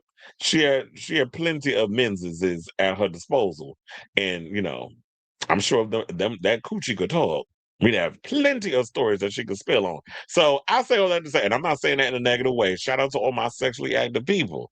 Like, get your stories and get your mileage in how you can, wherever you can. Shit, I'm doing it. So let me know what you guys think of this crazy story in the comments down below.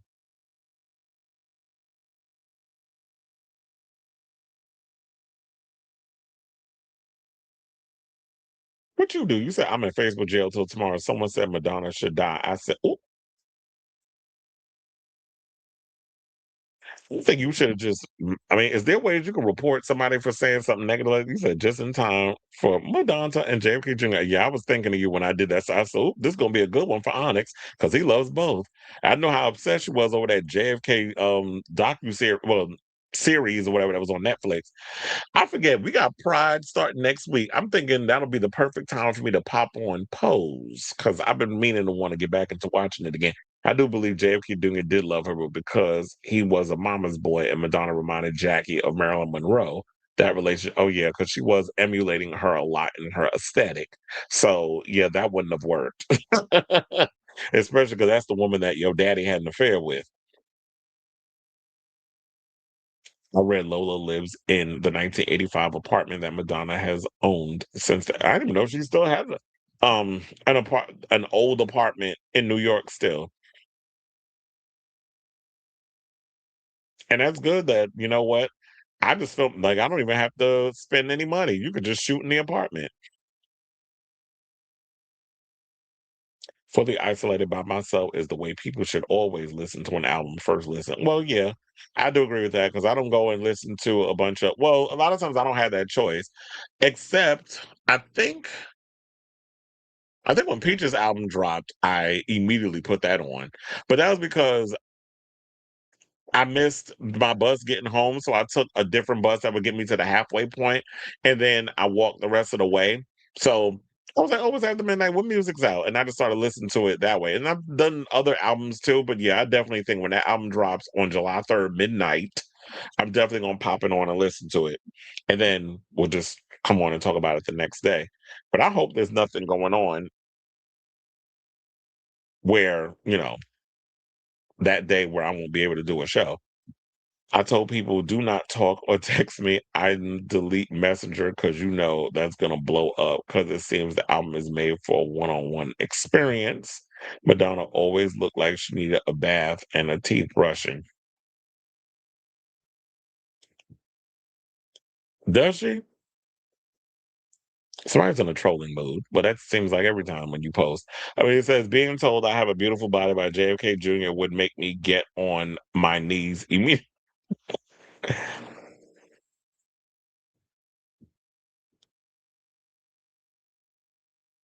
Oh God, why did I just feel like I just felt lightheaded a second ago? He said at midnight tonight I'm gonna listen to Ariana's single first and then listen. Oh, I forgot that album was coming out today. Well, I guess I'll listen to Detour in the morning when I'm on my way into the city because I had to get up early. So I'll probably do that tomorrow.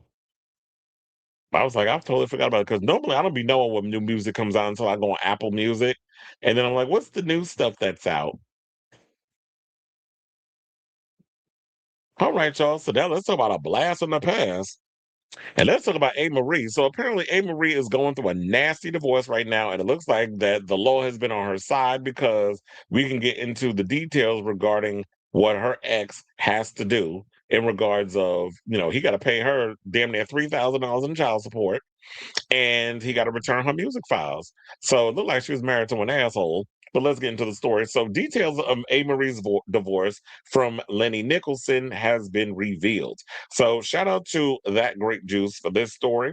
They said freshly surfaced court documents are peeling back the curtain on the former couple split and unpacking a whirlwind of accusations involving alleged abandonment, cosmetic surgery, luxury trips, emotional distress claims, and a jaw-dropping seven-figure payout demand. The One Thing singer officially filed to end the marriage after more than a decade together, but it appears the fallout behind closed doors was far messier and muckier than initially known. In a freshly shared report, TMZ laid bare unique insights into the legal duel between the pair. So now her monthly income was revealed. They said, according to the divorce judgment, the singer's estimated monthly income was listed at $5,735, while Nicholson reported income came in at 10 grand per month. How was he making more than her? And what the fuck can you do with $5,000? Not much. The document also revealed that exes did not own any shared real estate or joint bank accounts during their marriage. Amerie ultimately retained ownership of her businesses, including Amerie Inc., Sir One Touring, and Me Sook Publishing, along with a 2016 Range Rover. Now, Nicholson claimed that he served as the singer's manager, performance director, tour producer, and business strategist for more than 20 years. In court filings, he alleged he was never fully compensated for his work and demanded $1.75 million in unpaid commissions tied to music royalties, per merchandise, and publishing revenue. Well, child, if you was married to the talent, then that is your percentage. You ain't getting paid, sir. I mean, you'll get a percentage as the manager or whatever, but no, get out of here with that. He also sought spousal support and an additional 150 grand in damages tied to alleged verbal attacks and emotional distress. Now, they said perhaps most explosively, Nicholson accused the R&B singer of abandoning their marital home in April of 2024 while he was recovering from surgery. He alleged he was left covering approximately 44 grand in rent and additional expenses after the split. The producer further claimed the entertainer spent roughly 20 grand on cosmetic surgery before taking luxury trips to Mexico and Jamaica. Now, according to the filing, he also accused the songstress of reviving her music career using an 18-week marketing strategy he allegedly created without giving him credit. So, now the question remains, was all of this proven when they were in court? But apparently it looked like none of it was proven because it seemed like the judge sided with Marie and awarded her primary physical custody of the former couple's son, while Nicholson was granted parenting time every third weekend. He was also ordered to pay $2,298 a month in child support. Now, as previously reported, the singer publicly confirmed the split during an interview back in June of 2025. I do wonder because I'm like, hey, Marie, you ain't really put out nothing in the month of Sundays. So what was you really out here doing? Don't seem like much of anything. I mean, don't get me wrong. I love that Touch album. And the debut album, Why Don't We Fall in? I think what did she come out with, like 3 or 4 albums? And Amerie has so much potential, but I just feel like maybe I don't know if it was the Beyonce effect, because when Beyonce sees something hot that's going on and discovers a new sound, she wants it for herself, and then people end up forgetting about the other artists that came up with that sound first. So there was that, and then I guess she got caught up in this marriage and having a kid and all the other stuff, and the husband wasn't doing what needed to be done, and now you just trying to get out of a situation with that low down dirty dog, and now he got to pay you money and child support. So looks like it's a win for you, but I do wonder, with all of this being said, are you going to come out and release new music? And at this day and age, do people want real new music from my half Korean sister? So I say all this to say, what do you guys think of this story, the latest on Amerie? And did y'all even know this was going on? I had no idea this was happening, but I was like, let me just speak on it because I was like, this is news and this is a blast from the past and all the other stuff. So let me know what you guys think of this story in the comments down below.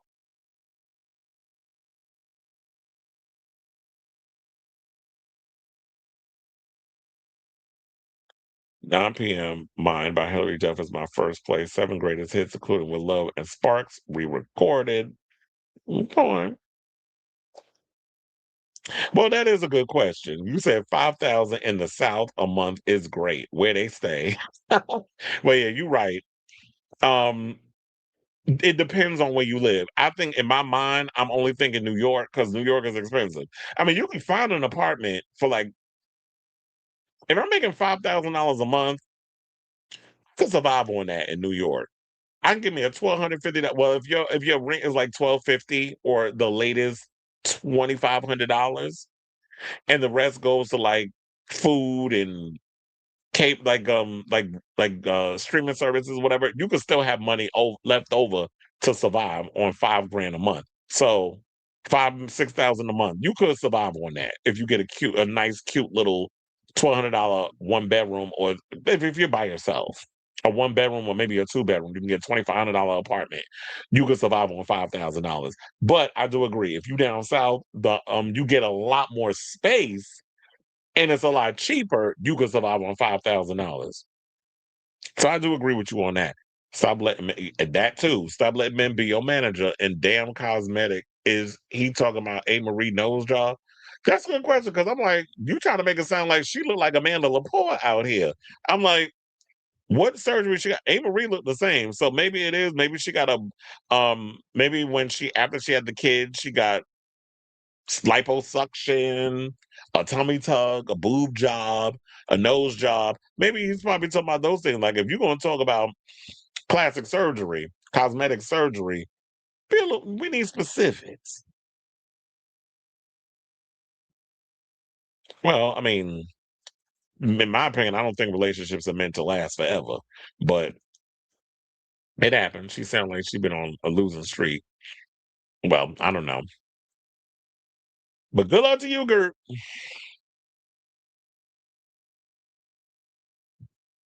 All right now. Well, speaking of somebody who's not on a losing streak, let's talk about Olivia Rodrigo. So Olivia has finally addressed those baby doll dress drama that's surrounding that, because apparently people got a problem with her walking around wearing a damn baby doll dress. I don't know why. That is a thing that young rocker chicks have been wearing for as long as I've been paying attention to rock music. As I've stated before, one of the main people that we've seen that we used to rock baby doll dresses back in the day was Courtney Love. So I don't know why it's a big thing, but of course now you got perverts running around here trying to talk about putting pedophilia and sexual stuff on her wearing this dress.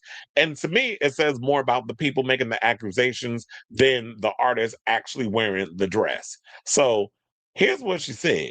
So shout out to Rolling Stone for this story. As the online public continues to throw a temper tantrum over Olivia Rodrigo's choice to don a baby doll dress while promoting her third LP, you seem pretty sad for a girl so in love. The singer-songwriter weighed in on the controversy. After wearing a pink flouncy dress for the album's cover, a similar blue one for the Drop Dead music video, and rocking out at Barcelona's Teatro Greco for Spotify's Billions Club Live while wearing a floral baby doll dress and matching bloomers, the get-up triggered a storm of criticism as many internet commentators lodged accusations that the 23-year-old pop sensation was sexualizing herself and promoting pedocore. First of all, I didn't even heard what the fuck is pedocore. Like y'all should be coming up with. I feel like y'all just be pulling stuff out y'all ass just to just be rage baiting. Like what the hell are y'all doing? But anyway, let me get into the thing. So on Wednesday, Rodrigo addressed the controversy during an appearance on the New York Times popcast, sorry, reminding everyone that you shouldn't be responsible for some guy sexualizing you in a way that was never your intention. She said, what's really disturbing is I feel like I have worn outfits that are revealing on stage.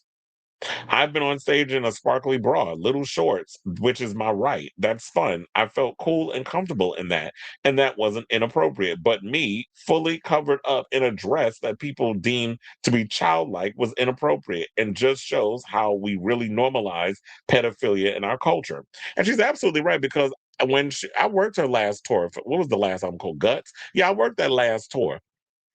And she would be up on stage in little shorts and a bra or whatever the case is, floundering around the stage and singing her song. It's hot up there on that stage. I'm not gonna get up there wearing a goddamn burqa while I'm performing and sweating my tits off. Like I'm gonna be comfortable in what I want to wear. And at the end of the day, she has every right to dress how she wants to dress. If she's not up on that stage in a baby doll dress and basically playing with her pussy with a goddamn vibrator, then we could sit and talk about sexualizing. But that's not what she's doing. She's wearing her whatever she wants to wear that makes her feel comfortable. And that should be it. But one of the things about Olivia is Olivia's always paid homage in so many other ways to a lot of the rocker chicks that came before her. And I think she does it with the music, the type of song, the type of music she does, and the type of outfit she wears. She plays that homage to a lot of the performers of the past. So I really don't understand this outrage. Y'all just be up on here rage baiting just to fucking rage bait. And it's like, go touch grass, please. So she also highlighted the dangerous dialogue around women's attire and sexual violence. It's just this rhetoric that we're fed as girls since we're so little, which is don't wear that because then a man is going to sexualize your body and it's your fault. I didn't think I looked sexy in that at all. I was like, this is so cool. I feel I look like Kathleen Hanna or Courtney Love, all these people who are my heroes, and I felt cool and comfortable in it. Now, Rodrigo has previously said that she's inspired by the punk lineage of artists such as Kat Bielin, I think is how you say her name, and Love, who juxtapose baby doll dresses with their music and unruly performances to reject and challenge the expectations of women as docile objects in the patriarchy. So if you actually knew looked into the deeper meaning of why she was wearing the dresses, then you'd understand. But of course, because she's wearing a short little dress, you see legs, which y'all never seen legs on a woman before. And it also goes to show, like, people, you really need to teach your sons how to respect women. Yeah, I really do. You need to respect how to approach women, how to speak to women, and understanding boundaries. So it's not her fault if a guy is getting excited over looking at a girl wearing a certain outfit. You need to teach your sons how to respect women and what they wear. And if you can't do that, then there's something clearly wrong with you. And it's not the woman's fault. So now, when speaking on the podcast, she said, I just think if we start dressing in a way that's like, oh, I don't want some fucking freak to think that I'm sexy like a baby or some crazy thing like that. I just think it's like losing the plot a little bit.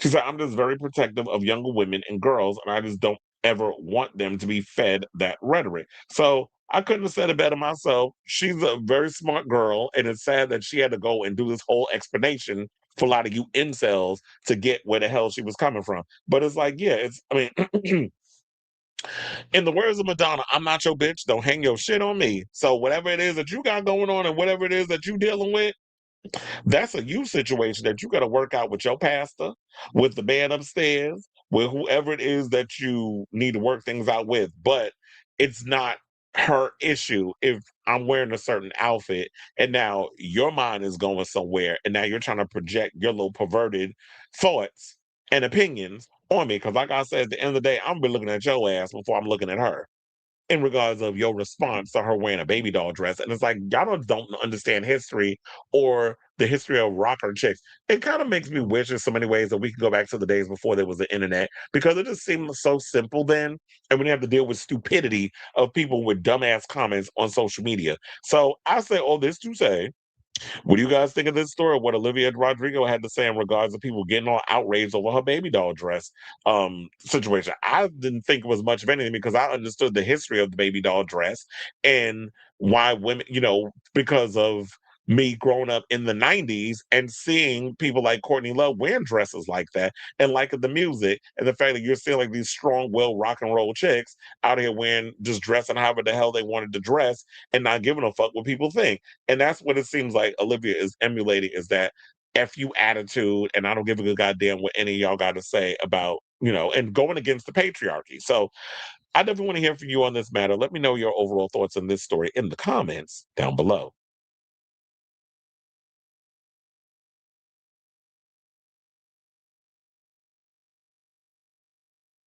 I'm going to be so real with you, Chris. I watched the full podcast interview, and that's why I was late. Be alive. I haven't been so excited for an album since I was still a teenager. So that's why you was late, because you was watching You're forgiven. But he said, to be honest, I don't know how Janet do it. She literally wears like sweats, but it's long as hell. Yeah, I don't understand how she went on them damn clothes covering herself up either, but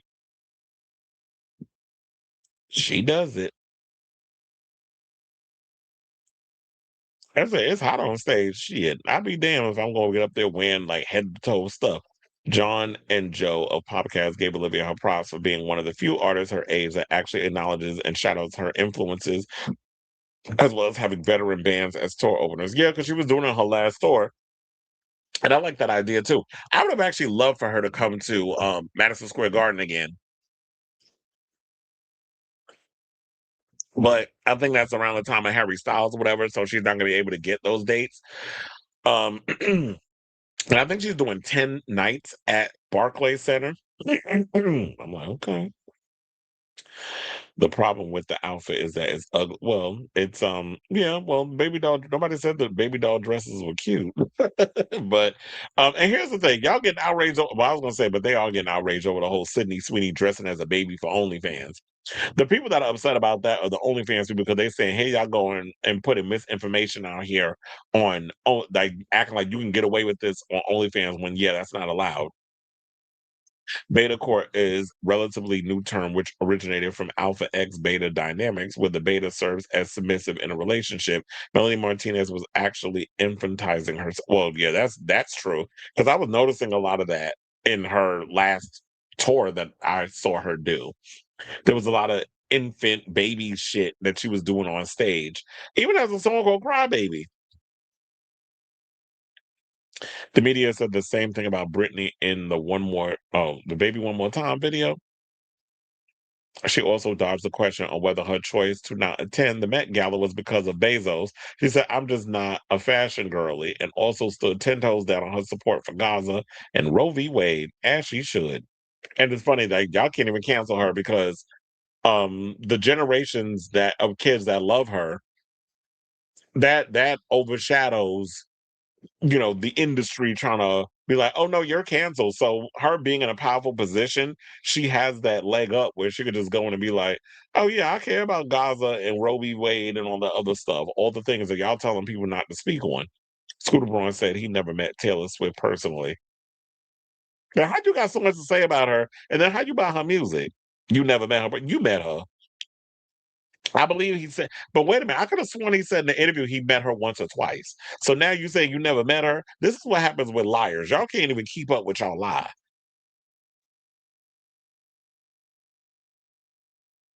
Anyway, let's get back into the show, y'all.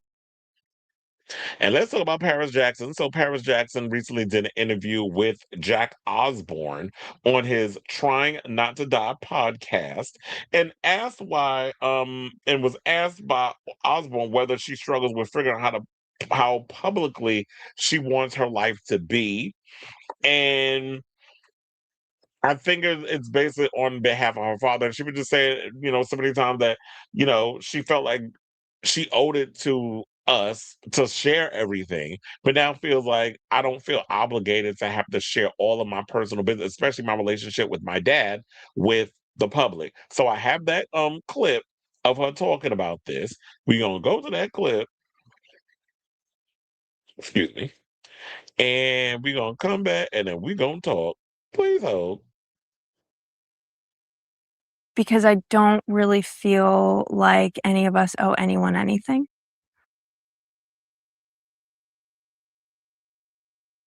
Hold on. And the way I express myself now, I don't want it to feel performative. I won't get too into it, but just the one main example that's coming to mind is this idea of like, you need to go on social media on your dad's birthday or his death day or Father's Day, and you need to post. And you need to basically mimic like how a fan would express their love. But for me, like I had a personal relationship, not a parasocial relationship.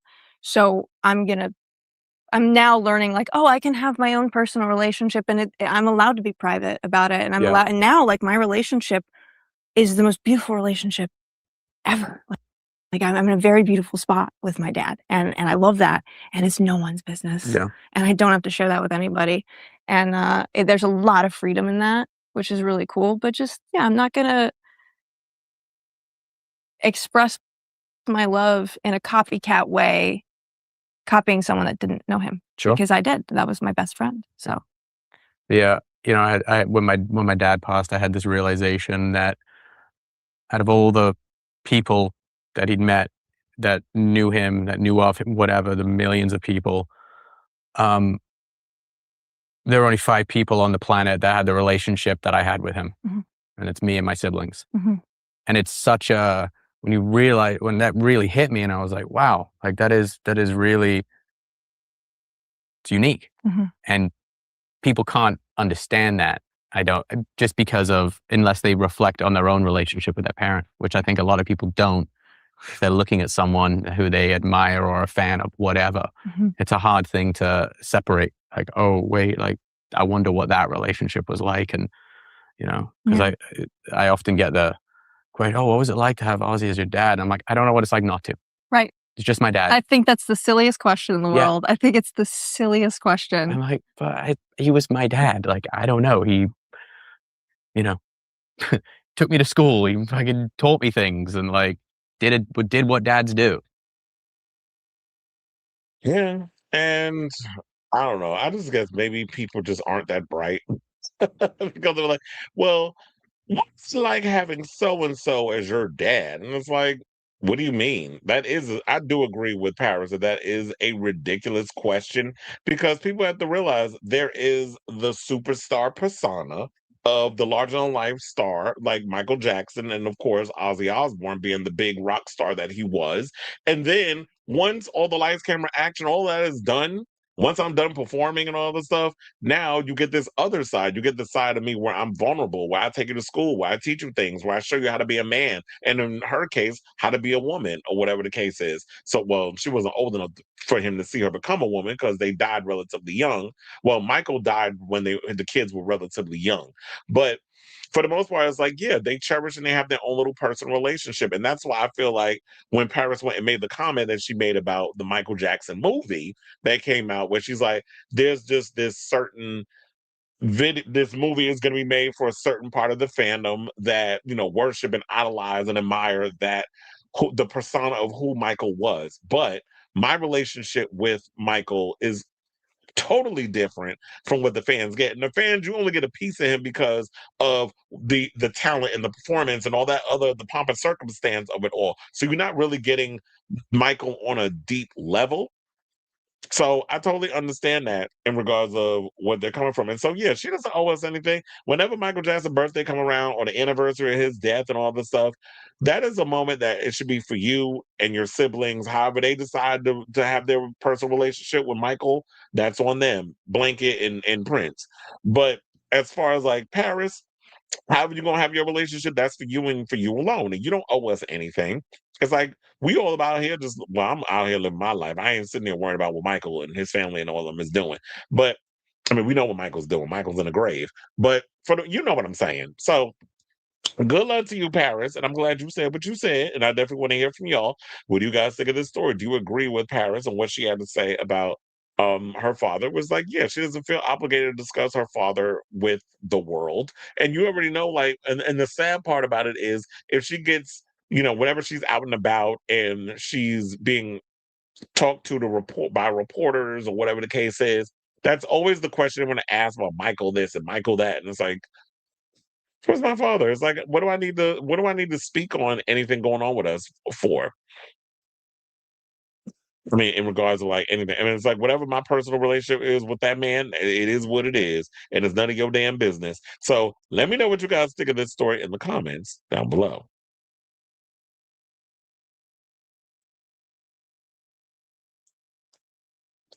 This is the last fanboy moment for a day, but John and Joe listened to Olivia's album and cited No Doubt, The Cranberries, and Sixpence None the Richer as Child, you take me back to the 2000s. If you're talking about No Doubt, The Cranberries, and Sixpence None the Richer. The only thing I remember about Sixpence None the Richer, did it have more than one song? All I know is that Kiss Me song. You know, it was in a lot of the late 90s, 2000s movies that I was going y'all about to take me back to my childhood with this. And somebody got to do No Doubt, since No Doubt ain't doing No Doubt no more, except at the Sphere, but that's about it. Anyway, y'all, so we down to our final 4 topics. So before we get to our final 4 topics, if you could please do me a solid and hit that like button. If you are new to the channel, hit that subscribe button and also be sure to smash the notification bell so that you know when we go live with a brand new episode of Chris Avalon Unfiltered. We also have super chats, we got super stickers, we got all the things in regards to having y'all be caught up on this whole situation. I just realized, like, while I was sitting there running my damn mouth, I didn't even pull up the next topic. Hold on, what are we doing? Oh, we got to do the Michael Jackson story. So bear with me while I look for that one. I was like, I got sidetracked. But that wasn't it. That's one of the Michael Jackson stories. Okay, I got it. All right, so without further ado, let's get into this. Since we was already talking about Michael and his relationship with his daughter, now let's talk about Michael alone. So I believe, when is it coming out? Next month, June. I think next week, actually. Oh yeah, June 3rd. There is a Michael Jackson biopic that is not biopic, but it's like a docuseries, 3-part, that's coming to Netflix. And apparently, it's caused a lot of backlash online, and because I guess due to the timing of the docuseries coming out, that it's like, oh, y'all, Netflix is trying to piggyback off of the success of the Michael movie, which is almost teetering at crossing $1 billion. So Jackson, one of the most famous and beloved figures in pop culture of all time, was charged with Netflix's new doc, Michael Jackson: The Verdict, revisits the case and features numerous key individuals who were inside the courtroom, including jurors, eyewitnesses, accusers, and defenders alike. Plea accounts of child molestation in 2003. First of all, y'all need to proofread this article because I'm like, that whole sentence didn't even make sense. But anyway, the trial set off a media firestorm and courtroom proceedings that captivated the world and kept him at the center of headlines for months. His acquittal, of all accounts, only further stroked public interest, and questions remain over his innocence. Netflix new doc Michael Jackson: The Verdict revisits the case and features numerous key individuals who were inside the courtroom. And they said fans of the star have taken to social media to criticize Netflix over the timing of the doc's release, which is coming just weeks after the release of its critically panned but highly profitable biopic, saying this is disgraceful from Netflix. Every other studio is regretting that they passed on the Michael movie and ended up being a huge success. So they make this in retaliation to try to gain some money from it all. What a joke, remarked one angry fan. A second commented, it was already decided that Michael was innocent. And if anyone really wants to decide without watching this sensationalist bullshit, just read the court transcripts. Well, that's true. And the response to this, because they said, anyone really wants to decide? In the trailer, when you watch it, they said something or another alluding to, and I'm paraphrasing, it was like, we'll leave it up to you to decide whether or not he's guilty or innocent. No, this is not about the court of public opinion. When that trial happened in 2005, he was found innocent. So therefore, if the jury and everything, it says on the paperwork that he's innocent, he is innocent. And I just hate the fact that Michael is still having to deal with this even in death, because, and here's the thing, do I think that Michael Jackson diddled with children? I don't think he did. I truly believe that he is one of those rare breeds that had a genuine, innocent love for children, because in his mind, that's his happy place. He never got to really have the childhood that he's wanted because of his father forcing him to work at the age of 6 because daddy didn't want to be in the poverty anymore. So when he discovered that his children had talent, he put a band together, had them traveling and performing, and Michael's career took off at the age of 6. So he's never really had that moment of, like the rest of us, where we got to go out and play and hang out with our friends and do all the other stuff after we did our schoolwork or whatever. The boy was working at 6 years old. That's the most slave labor type shit when you look back on it. So I do feel like when he was running around hanging out with children and built this little fortress, the Neverland Ranch, and having the merry-go-round and all the things that he couldn't, because he couldn't go to a regular place and go on the roller coasters or whatever the case. Or maybe he could shut down Six Flags or whatever and spend a day with some kids and do that. And he probably did do that. But he also turned his estate into like an amusement park. And so that way he can have all the things that, with all the money that he had, he could buy all the things that he wasn't able to do and bring kids over and play with them and stuff. But I do think there were some parents that saw dollar signs and decided to lie and whore out their children in order to get a payday. And what Michael should have did was, instead of settling, which opens up a Pandora's box for other people to come in and spread lies and vitriol and all this other stuff, you open up a Pandora's box for other people to do the same because you settled with the Chandler family.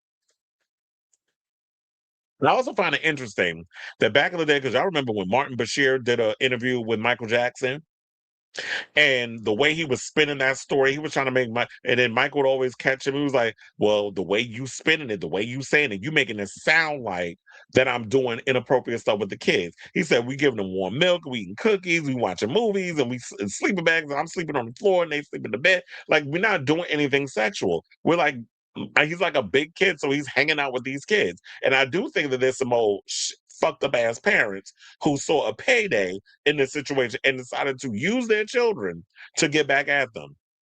Wade Robson, fake ass, went back in the day and said, oh, well, Michael didn't touch him in any inappropriate way. Then years later, you file a lawsuit with James Safechuck.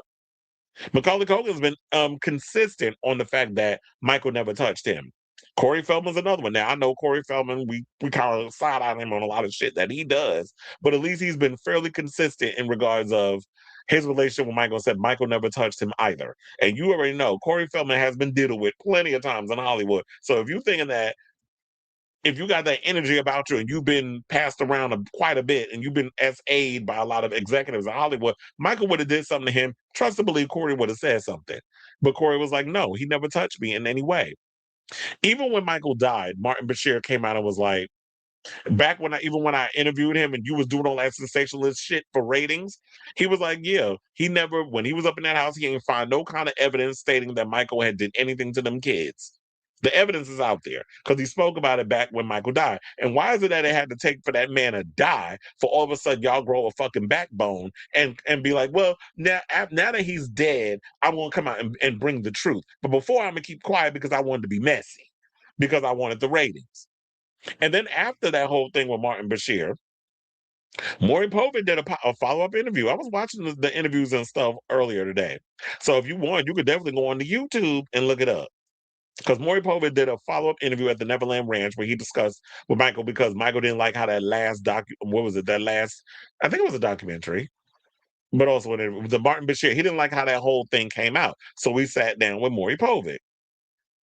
Yeah, mister, you are not the father. So it's sad that damn near 20 years, because it's been 17 years since the man dead. 3 more years, it'd be 20. It's been almost 2 decades since Michael been in the grave, and y'all still out here exploiting this man. I don't want to get like those people where it's just like, well, now, because like before when they were talking about, and speaking of which, they were one of the guys that produced, before I forget, that produced this Netflix docuseries, also produced that Martin Bashir interview. So that kind of lets you know where the shit lies. I was trying to see if the guy's name was in here, but no, it says that it was directed by Nick Green and EP'd by Fiona Starton. But I forgot, I don't see the other producer's name in here that has something to do with that situation. But yeah, and it's been 20 years since that last trial. Like, why are we still talking about this? Now, if they want to address this, kind of made me feel like, well, damn, now I'm gonna be like one of those fans that, yeah, let's not address the allegations in the movie. I do think that y'all should just address it and just remember that whichever case y'all take on, Michael was found innocent. So y'all can play that up how you want. Lifetime movie of the week, that shit, when it comes down to writing the script.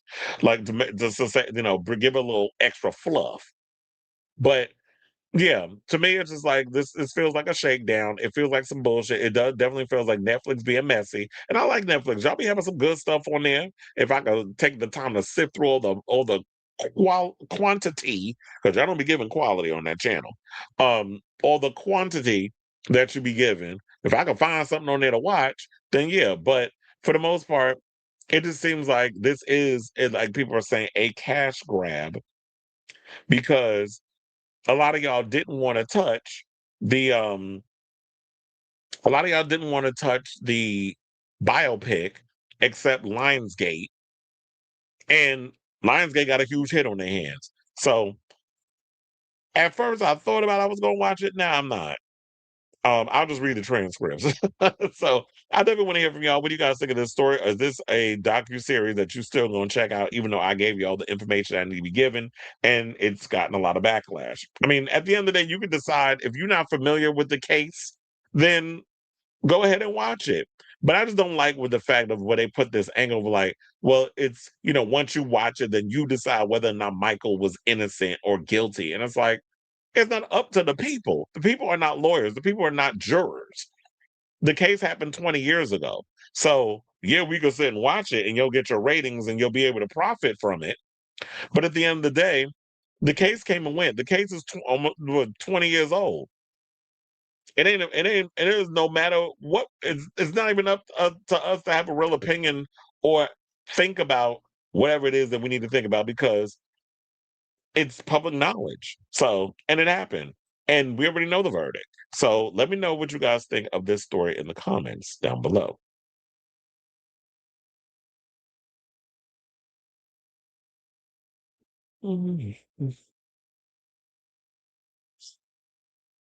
Like a psychologist said, did Michael Jackson make you feel sick by his name? The answer is no. You hear R. Kelly, you want to vomit and feel shivers down your spine. And we know that R. Kelly's guilty because the evidence is out there. He did a whole sex tape with a 14-year-old. So there's that. I actually saw a video on Twitter that said that some of those involved in production are connected to the documentary that you mentioned, suddenly disappearing from streaming, leaving Neverland. So that's why I said that follow the trail, follow the money. So we see what y'all out here trying to do. Oh yeah, Aaron Carter. I forgot about him. And he said Bill Cosby made me sick. R. Kelly made me sick. But as an abusive father, I want Michael to save me as a kid because I saw myself in him at the age of 5. I felt like he was a big kid. Because of that connection to leaving Neverland, some people have signed to an online petition to try to make Netflix not air the docuseries. The petition was over $115,000. Well, look, I don't think Netflix is even going to care. I don't think they care. They're not going to listen to a petition. I just feel like how you hurt them is by not watching it. So when they see them numbers in the toilet, unless y'all gonna lie and sit up there and be like, you know how they have that little chart thing of like what's the top 10 movies or the top 10 shows that people are watching, unless they lying about it and saying like and don't give us no real data if it's true or not. So they're probably gonna lie and be like, yeah, it's the number 2 most watched Netflix special, and then of course that's gonna genuinely spark people's curiosity, and y'all watch it, and then it's like we got you because they ain't the real numbers, but we just lied because we want y'all to watch it. So by giving the illusion that it's the top 5 most watched thing, then y'all gonna watch it because a lot of y'all are nosy. So we see you. I don't put nothing past Netflix. All right, y'all. So now let's get back into some more hot topics.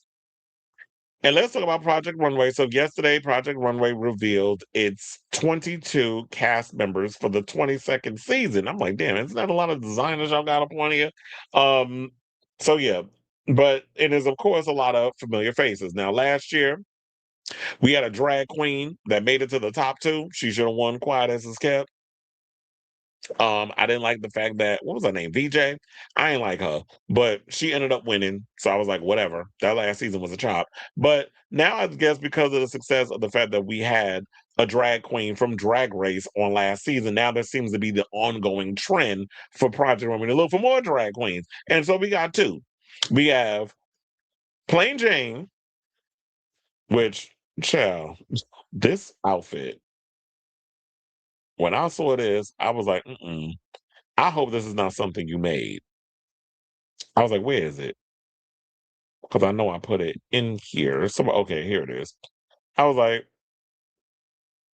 that can't be the outfit. That's all on the left. On the right is Q in the white hat.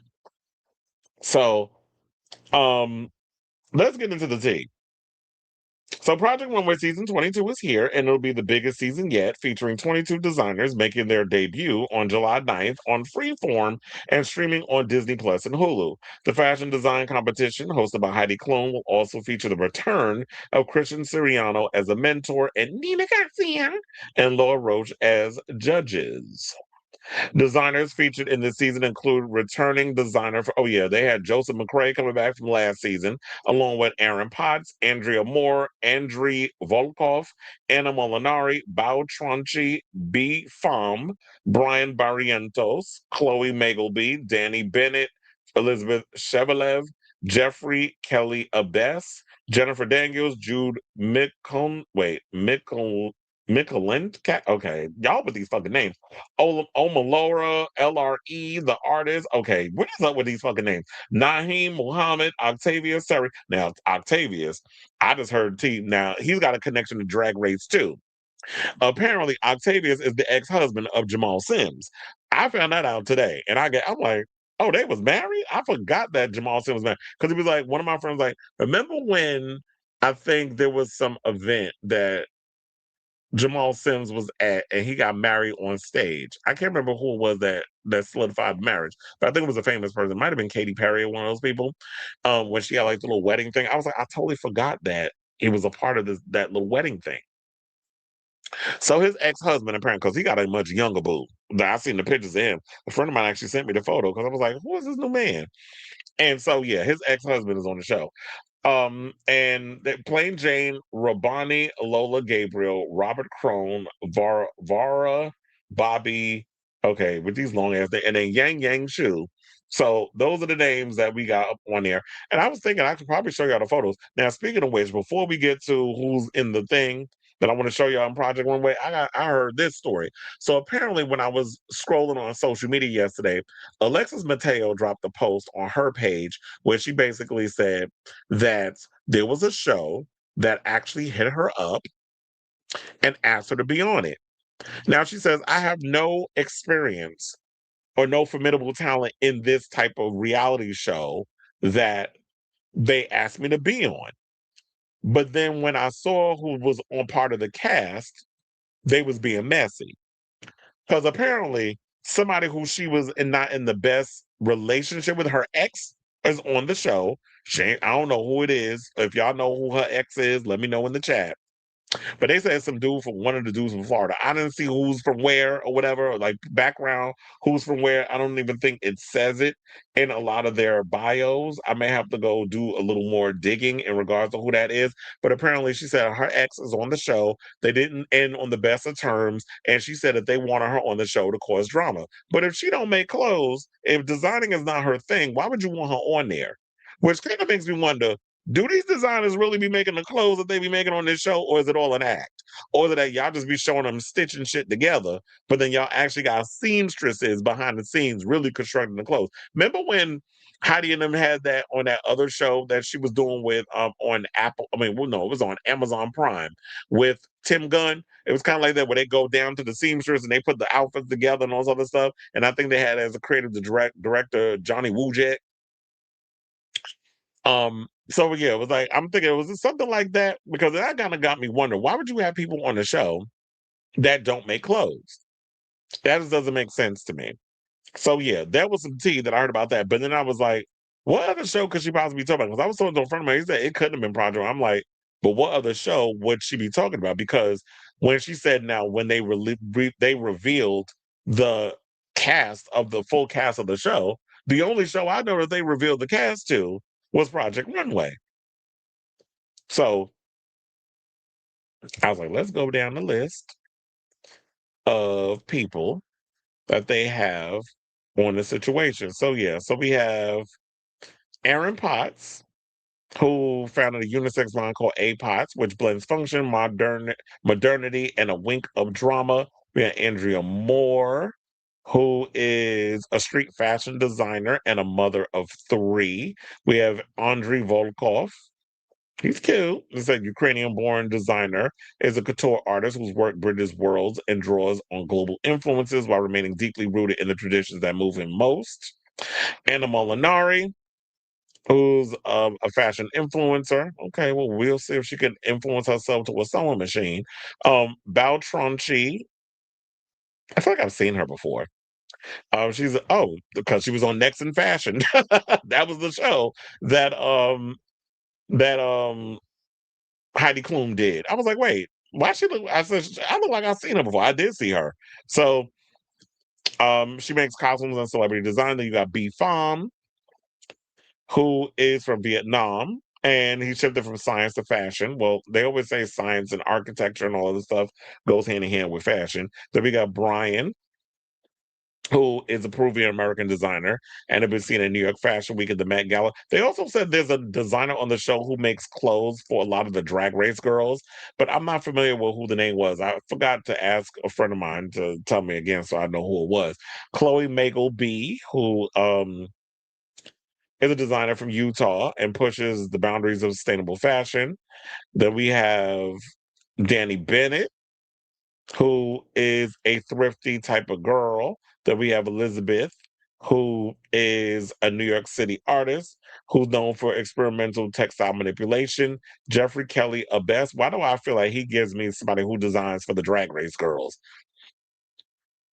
So it's founded by Lebanese designer Jeffrey and is renowned for his high fashion statement pieces that merge couture craftsmanship with modern glamour. Then we have Jennifer Daniels, who was formerly trained designer FIT graduate, who appeared on Project Runway as a model for 4 seasons. So now we're moving on from model to fashion. But look, we've had pit crew members who became drag queens on Drag Race, so anything is possible. Or as Alaska would say, anus thing is possible. And then, of course, Joseph McCray. I was like, wait, did I slip into the wrong thing? Because I was like, wasn't he on already? Well, they brought him back. Probably because last season, they probably felt like he was eliminated prematurely. And so they're like, we're going to give you another chance. Because I definitely liked Joseph's clothes. So then, he has Joe McCray, the label, and he's coming back after he was on season 21. Then we got Jude, who is from New Orleans. He's a Brooklyn, New York based designer. Naheem Muhammad, who was a young designer from Inglewood, California. And this is Octavius right here, who used to be married to Jamal Sims. She got grills in her mouth, or it looked like it is at the bottom. CEO and designer of Octavius Marison, a men's ready-to-wear brand seen on major celebrities on global red carpets. And then we have Omo Lara, who is a disabled Air Force vet and first-generation Nigerian creative. Then, of course, we got Plain Jane in this outfit. And then we got Bironi Nola, who's Filipino American. Robert Crone, aka Q, who is a costume designer who creates custom wear for drag artists.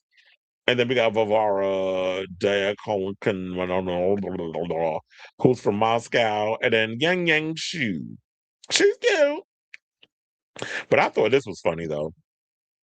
So they had this one where it literally was going through the girls from that wasn't what I wanted to do. Hold on, let me just leave that there. So yeah, so we got this one, which I thought was relatively funny, where it was like some of the girls from Drag Race who got up in the comments and decided to congratulate, I guess, or give congratulations to Plain Jane. Megami said, a hot glue gun hates to see you coming. And then Van Gogh said, you're so, and then crying emoji. Morphine Love Moa. Well, I think it's Morphine Love Dion said, I'm screaming. Corey King did a whole LMFAO. Geneva Carr, so excited for you. Manila Luzon, how exciting, sister. Morphine Love said again, yes, sister. Sierra Miss, congratulations, queen. And Van Gogh, can't wait to see what you do. And funny enough, I've had a lot of people who said, I understand Q being on the show, but Plain Jane, where they do that at? Like, we was not expecting to see her be a part of this show. We don't know exactly what she's going to bring. Does she even design? Like, can she be creative? Or is this just some type of grift that y'all going to have where y'all want drag race girls being on the show? Because now that you're bringing the whole drag queen aesthetic to Project Runway, and kind of blending the whole drag race thing, because we already know RuPaul's Drag Race is a combination of many other shows like America's Next Top Model, like Project Runway, and so many other things in between. So now that you got these drag race girls coming on there, can they actually design and make clothes? So I guess only time will tell when we see this upcoming season. So with that being said, I definitely want to hear from you all. So what do you guys think of this story? Hearing that we got a couple of drag race connections and people from RuPaul's Drag Race now being a part of Project Runway, has this got you more excited to want to check out the show? I definitely want to hear from you all regarding this matter. So whatever your thoughts are on this story, let me know. And do you even think, I've always said, like, maybe we need a show where it's just a design show featuring drag artists or drag queens. So you get to see them create their outfits and wear it on the runway. Like, I would love to see something like that instead of just a couple little girls being sprinkled about like they do with fucking the traders. So let me know what you guys think of this story in the comments down below.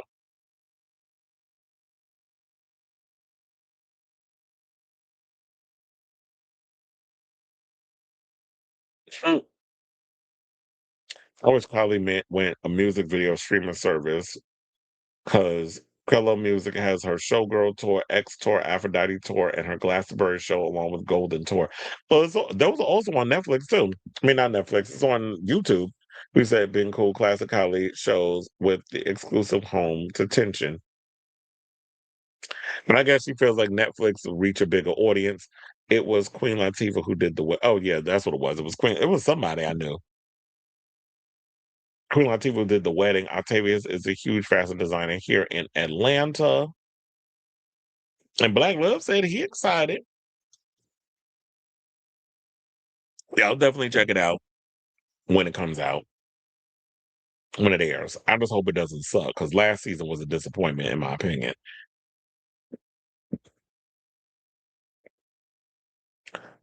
All right, y'all. So now, where are we going? Oh, let's get into some homosexual news. And let's talk about Rami Malek. So Rami Malek has a new movie coming out called The Man I Love, which premiered recently at the Cannes Film Festival. And he's playing a gay singer with SIDA. That's AIDS in Espanol. So, yeah, he's playing a singer with AIDS. And I believe there was something he said in the interview which kind of got gay artists tits in a twist. So, and in talking about tits in a twist, that's basically people like Johnny Sibilly and Wilson Cruz, because they was out here feeling like, okay, sis, like, we tired of you straight people coming in and taking our shit. But let's get into the story. So Rami Malek is picking up positive reviews for his latest movie. Now, in the movie by director Iris Sachs, Malek plays Jimmy George, a singer and experimental performer in the 80s New York art scene. The character has HIV and is beginning to succumb to AIDS. Now, writing for Deadline, reviewer Pete Hammond was among those to praise Malek's brave and wonderfully lived-in performance. He called it one that will be long remembered, a career high. Now, of course, hearing that is one of the issues why gay actors and performers have an issue with straight people coming in and saying and doing the gay roles, because immediately you fucking breeders start with the bullshit in regards of his brave and wonderfully lived in performance. It's so brave that you had to play a homosexual. It's so brave that you had to lose weight so that way you could emulate someone dying of AIDS in the 80s. Fuck out of here with that. So it just kind of irritates me, this underlining homophobia that comes with that, because it's always that you praise straight people for doing something so far out their comfort zone, but if a gay person, which there's so many slim pickings in regards of roles for gay people, if somebody like a Matt Bomer came in and played this role, y'all wouldn't have that same energy for him, because he's openly gay. So that's kind of like the irritation that I have with this. But anyway, so at a press conference last week, Malek said that when he first read the script, he was hesitant. He explained that playing a Maksha singer in the 80s who develops AIDS felt initially too similar to his Oscar-winning role as Freddie Mercury in Bohemian Rhapsody. Child, you barely played gay in that damn movie. They said there was certainly sense of fear. And I started to really think about what I was afraid of. Was it the similarities? Was it the singing? Was it obvious? Was it obviously what was going on in that period? And the fear was I knew I had to address the fear. He accepted the role after understanding the differences between the characters. If there's anything Freddie taught me, it was to address the fear. And when I raced into it, I started to discover that these were men that were similar, but they were also worlds apart. Now, of course, um, hearing that, of course, sparked backlash against openly gay performers, including Johnny Sibilly. So, Out Magazine ran a story about Malek's press conference. Now, on social media, many people commented that they're looking forward to the movie. However, others are unhappy that Malek was again selected to play a gay man with AIDS. On an Instagram story, Johnny Sibilly, who starred in shows such as Queer as Folk, currently Hacks, and he played Costas, who from Pose, who I believe played the love. Did he play the love interest of Pray Tell in season 1? He went on to say, I'm sorry if this sounds bitchy, but something will never sit right in my spirit about straight actors playing gay men dying of AIDS. As someone who has done it on television, I could say one of the things that lifted me through was knowing that the men who died of the disease and at the hands of negligence of our government and our society would know that those little gay boys that watch videos and photos of them suffering would one day live freer lives because they existed, that the lives they lost and their stories would be told through the next generation of artists that loved and lived the ways they wouldn't be able to. This isn't just saying it's an acting job of finding the humanity in the project with this. It's about being what so many that came before us couldn't. Said with love. So I totally get what he was saying with that. Was basically saying like, y'all just looking at it as just some regular acting job, but no, this is history. This is, I mean, I don't know if this person that he's playing is a real person because I'm not all up to verse on a lot of my queer history. I know a lot of it, but I don't know every single person that was into the situation. But if you're going to make a movie based off a singer and a performer who was dying of AIDS in the 80s, because that's when they was taking all the big talents out, I do feel like that queer artists should take on those roles because there's always this overall attitude, as I said before, that when straight people come in and play gay roles, all of a sudden they get this high praise, they get award recognition because you're so brave that you played this role outside of your comfort zone and something you wouldn't normally do. But a gay person coming in, that's literally us passing down our history to the next generation so they can understand what it was like to be an artist at that time and how we lost so many talented queer people due to the AIDS Holocaust. So I do feel like it's detrimental for people within our community to tell our stories and tell them correctly. But they're probably looking at it as, well, Rami Malek probably can get butts and seats or whatever the case is. And there's always this overall self-hating fantasy that a lot of gay men have, where, oh, a straight person playing one of us, then it's like a fantasy fulfilled that you can sit and have fantasies of watching your favorite straight actor getting fucked on camera. I mean, it's all pretend, but getting screwed on camera, and you can have your little fantasies fulfilled in that way, whether it's him or whether any other so-called straight performer. So just the psychological mentality, mental gymnastics of it all, just kind of whatever. So then in a follow-up message, he also said, we are so many of their dreams realized. Never forget that.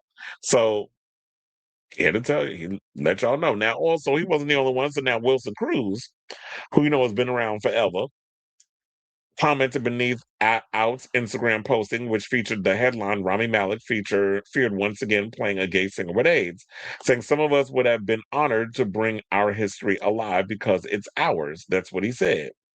And then Guy Branum, the comedian, said, well, he was from where we mostly know him from Chelsea Lately, but he was also in that horrible ass Bros movie.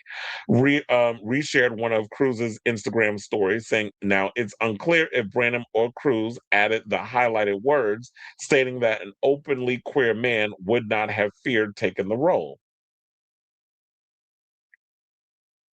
In a follow-up story, he said the most annoying part of cis/straight people playing trans/gay roles and not fat people playing fat suit roles is that afterwards, part of the press and processing, must be telling us what an indignity it was. I had to kiss someone with a beard. I was worried people might think I was gay. They had to shave my whole body 5 hours to get into that sweaty suit. It's a reminder they see our identities as insulting and they're just slumming for an award, but we cannot forget they are slumming.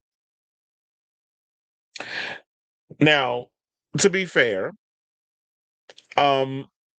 Rami Malek, there's no word on whether or not he feels this way, that he's slumming it for an award or going through the motions just so that we can get Oscar or whatever, like Oscar recognition or whatever the case is. Although I'm sure, like, I understand where Guy is coming from because there are many actors who think of it that way, where it's like, oh, I'm going to play gay. If I play trans or I play somebody with AIDS or whatever the case is, then if I ham it up and do whatever I need, then it's an automatic shoe-in for me to get an Oscar or an Emmy or whatever type of award that you're going for, depending on how this movie or whatever is being released, whether it's on television or whether it's in theaters, which I'm assuming is going to be in theaters. So, yeah, so at the end of the day, the film and TV industry, despite being full of queer creatives, remains a sector where discrimination runs rife.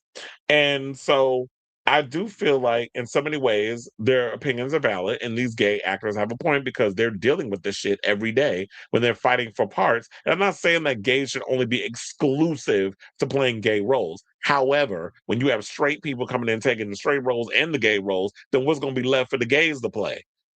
So until it's the same thing I say about trans people. If you're a trans actor and there's a trans role, let the trans people have it until y'all open up Pandora's box and allow for more roles to be out there where trans people can go and try out for those parts and audition for those roles and they can get in there and get the role that they want to get. So until then, if there's a trans part, let the trans people have it. If there's a gay part, let the gay people have it. Especially under this administration where they're trying to cut down all the rights of anybody who's another. It don't seem like there's a lot of real big gay roles going around. So the struggle bus is real.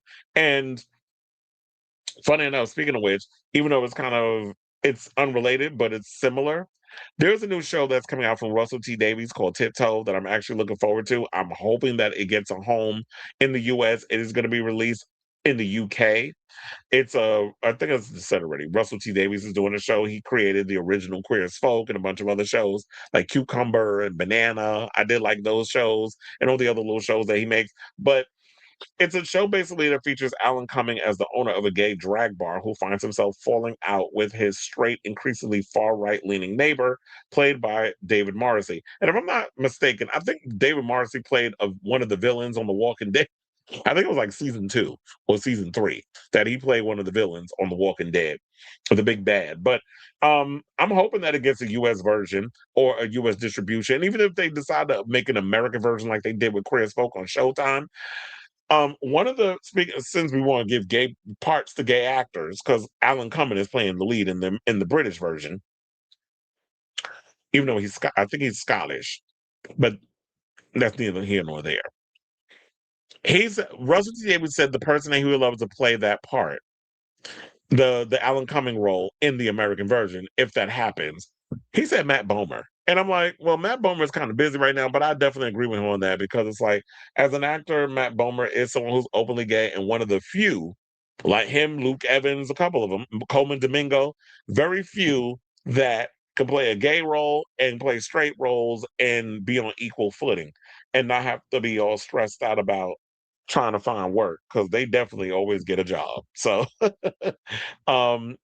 I definitely want to hear from y'all. So what do you guys think of this story? Do you think that these actors are overreacting or they have a valid point? I definitely feel like they have a valid point because it's like if y'all running around here just getting parts here, there, and everywhere and just eating up all the gay roles and just doing it all for awards, whatever the case is. And yeah, Rami Malek didn't say that was his reasoning, but I guess based off of how he said in the interview, how he approached the whole situation, I was hesitant to take the plot because of X, Y, and Z. It's kind of rubbing people the wrong way, especially when you have a lot of openly queer actors who are good that are struggling to even get work because all the jobs that feature a queer role are going to straight people. So let me know what you guys think of this story in the comments down below.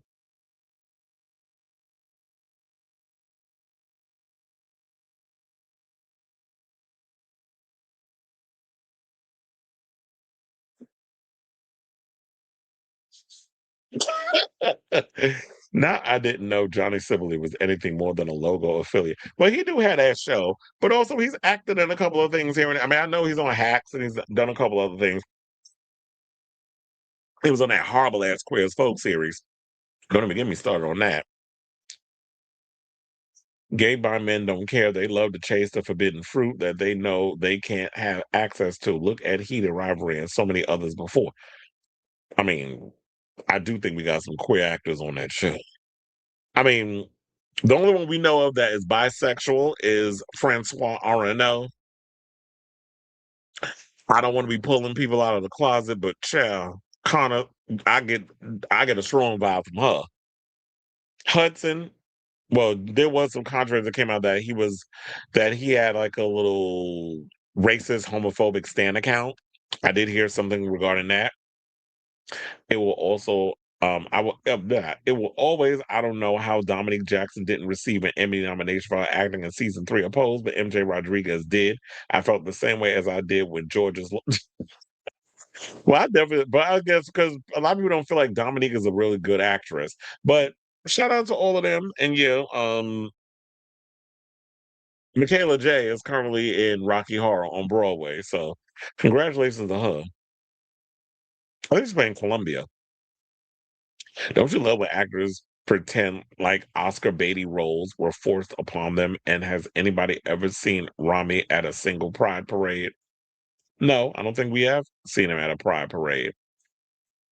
So it will always irk you. Am I the drama surpassed Pink Friday too? On the Billboard 200, Pink Friday 234 weeks. Well, good for her. Another reason for Nikki to be upset. They don't want gay actors to take straight roles because they're not believable and won't give them a shot playing queer roles because they can't open a film. It's so confusing.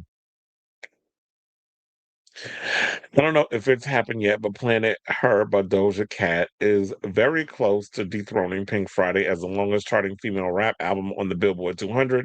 I don't keep up with the Nicki female rap, and me either. I don't either. There's certain people on YouTube that sit and do that all day. I don't care enough to, but yeah, I don't keep up with it either. So I'm with you on that. Johnny also does he? You say he does OnlyFans and sign a contract with Naked Sword, admitting that they rather watch him get gangbanged than regular TV. A little too gay for Hollywood. Well, look, everybody else signed up for OnlyFans. We got Trisha Helfer from Battlestar Galactica. I just heard signed up for OnlyFans. We got Denise Richards is on OnlyFans. Like all the big celebrities is jumping on there now. So, I mean, I wouldn't be surprised if you're up there slinging ding-a-ling. I mean, if you're not getting roles, you got to do something. But I didn't know he signed a contract with Naked Sword. I got to look that up. I heard he got a man. What does that? I guess what does that even mean? Because a lot of y'all relationships is open any damn way. Now, speaking of relationships, who's not open? Let's talk about Sporty Spice, aka Melanie Chisholm, aka Mel C. So, y'all know Melanie C got a new album out, and it's called Sweat, and it's good. I don't know if you heard it, but definitely check it out. But one of the things that's always plagued her that I know has kind of like been an elephant around. I don't know if people have addressed it enough, and I don't feel like we need to. But since it's a part of the whole conversation, whatever, let's talk about it. Melanie C has always been plagued with lesbianic rumors based off of her aesthetic. So people always assume because she wore sweatpants and she was very tomboyish that she's a bulldagger. Well, she's finally spoken out about it when she spoke to the Mitch Chury Chat Show podcast, she said, "It was assumed or suggested that I was gay. I don't personally have a problem with that. I mean, it's none of their freaking business. But I just thought it was just to base it on somebody's look or the way that they dress. Yeah, it was a bit shit of them." Now, Mel, alongside her bandmates Mel B, Scary, Emma Bunton, Baby, Victoria Beckham, Posh, Jerry Horner, Ginger, became homosexual icons. Now, Sporty Spice especially has been a vocal LGBTQ plus ally over the years. She has spoken up specifically for the trans community, making it clear the Spice Girls girl power message was absolutely trans inclusive. She addresses the group's LGBTQ plus fan base in her latest interview as well. She said, we did have an incredible following in the LGBTQ plus community. We're like, this is bigger. Yeah, this is bigger than us. So of course, with all the flashiness of it all with the Spice Girls, of course she was gonna have a gay following. Now I should say this. Mel is very private, but she is in a relationship with Australian model Chris Dingwall. So I've never heard, I mean, I've heard the rumors about her being a lesbian, but she's always been in relationships with men. And in this picture here, that's what her man looked like. So, hooray for you, daughter. Um, what else? Because I was like, wait, okay. So she said on the Life Uncut podcast last year that they met on celebrity dating app Raya. She recalled thinking she never wanted to meet anyone ever again after the end of her last relationship. But then you get to this point, and it's usually on a drunken night out with female friends, and it's like, you got to get back out there. You got to start dating. So that's when the Raya thingy, the profile, was set up. Since then, the couple has been photographed together at a number of events. She's also a mother to her daughter Scarlett, whom she shares with her ex, Thomas Starr. So Mel, I forgot that she had a kid. I think she mentioned it in an interview when she was promoting her new album. But yes, Mel C got a child. Mel C been running around here with men in her life, and she's not a lesbian. So it's sad that there's kind of like we were saying before in regards of like aesthetics and people judging you based off of how you look and making assumptions about your sexuality based on what you're wearing. That it's sad that, you know, we were talking about like affection or other stuff. I forgot what was the topic that we were talking about in regards to like the whole affection thing. It might have been it was Gayle and Oprah. That's what we're talking about. Where like you can't even have like a real genuine friendship with someone without someone automatically think you a lesbian. It's the same thing with her. It's like just because she dresses a certain way, just because she got a little more testosterone in her body than half of you men judging her, all of a sudden she's a lesbian. Like fuck out of here with that. And I think that if she were gay, I don't think someone like Mel would hide it. I mean, look, Mel B running around talking about she like men and women. So she talk about how fluid she is. So if we and then spill the tea that she done ate what's the name box. She ate Jerry Hollowell box. That they had a little flingation situation, which is why I don't think Ginger fucks with her anymore, because you know, Mel B don't know how to hold water. But nevertheless, there's such a prominent figure within the queer community. I don't even think she would be out here hiding the fact that she's a lesbian. She's just a girl that likes to stay fit and likes to look good and likes to wear her little track suits. And it was even sexing it up for the new album, but y'all still running around here with these lies. So Mel, live your life, do you. I love the way you handle the situation. And now people could just mind the business that pays them or doesn't. So I say all this to say, what do you guys think of this story regarding Mel C coming out saying, yeah, a lot of people running around, you know, saying that I'm a lesbian, and I'm flattered, but no, I'm strictly dickly. So whatever your thoughts are, let me know what your thoughts are on this story in the comments down below. It's like, child, I could barely talk. Stop right now. Thank you very much. I need somebody with a human touch. And you said Matt Bomer, the actor from Wicked, gay actors get Matt Bomer wasn't in Wicked, right? No. That's oh my god, no, Matt Bomer was he wasn't in Wicked. You're thinking Jonathan Bailey. He said gay actors get cast if you can pass as heterosexual gay. Everybody agrees if you're straight pass it. Well, yeah, that's why I was saying like Coleman Domingo Matt Bomer, Jonathan Bailey, who else? Luke Evans. They all give straight passing. Yeah, it is yeah, it's the final story. I had the Colton Underwood story, and I was like, I just so don't care. So I chopped that real quick. You said Hudson had a racist Stan account. Oh, I know there was a reason why me and many others couldn't get down with the. Yeah, he do. Who sent me that? I think Robert sent me that. It was like, yeah, he had allegedly not racist. One of the best dance albums, and Brooklyn just sold out as of today. Her contemplating a second and final night for Brooklyn only because New York is more sweat albums. U.S. success as well. She do add a second date. I'll probably go to that one, but I'm taking my time with whether or not I want to buy. Look, I didn't even buy my ticket for Slater's concert yet, so I need to start kind of planning that, and then I got to start planning accordingly on what days I'm going to take off or black out because I do want to see a couple of shows. And my thing is, I feel like the shows I will spend money on are for smaller venues. I'm not doing like the big arena ones because, like, especially when I know what's been happening in a lot of these YouTube discourses regarding Blue Dot Fever and all these crazy ticket sales. It's just like certain artists I'm going to be spending money to go see. So yeah, one of them will be Slater. The other one will probably be Mel C. And it's got to be some other ones. Probably go see. I know Cobra already did her show. I wish I would have gotten to see her show, but things happened. But you said also she's the only Spice mom that has kept her daughter private. No social media, nothing like that. Very much so her kid can have a life, as she should. And then Jerry and her hunched, and that caused any future Spice Girl reunions to end. The 2019 stadium tour was only it because contract was signed. Look, it would have been nice if they would have still just let bygones be bygones and just did the performance. Y'all can perform with each other on stage and tell like keep that bitch away from me when we backstage. It's like I would never let somebody f me over for my money. Not to toot my horn, but it's genuinely a blessing that I can go out and pass as a straight guy. Toot toot, beep beep. It also helps that my country accent dilutes the idea of me possibly being a homosexual.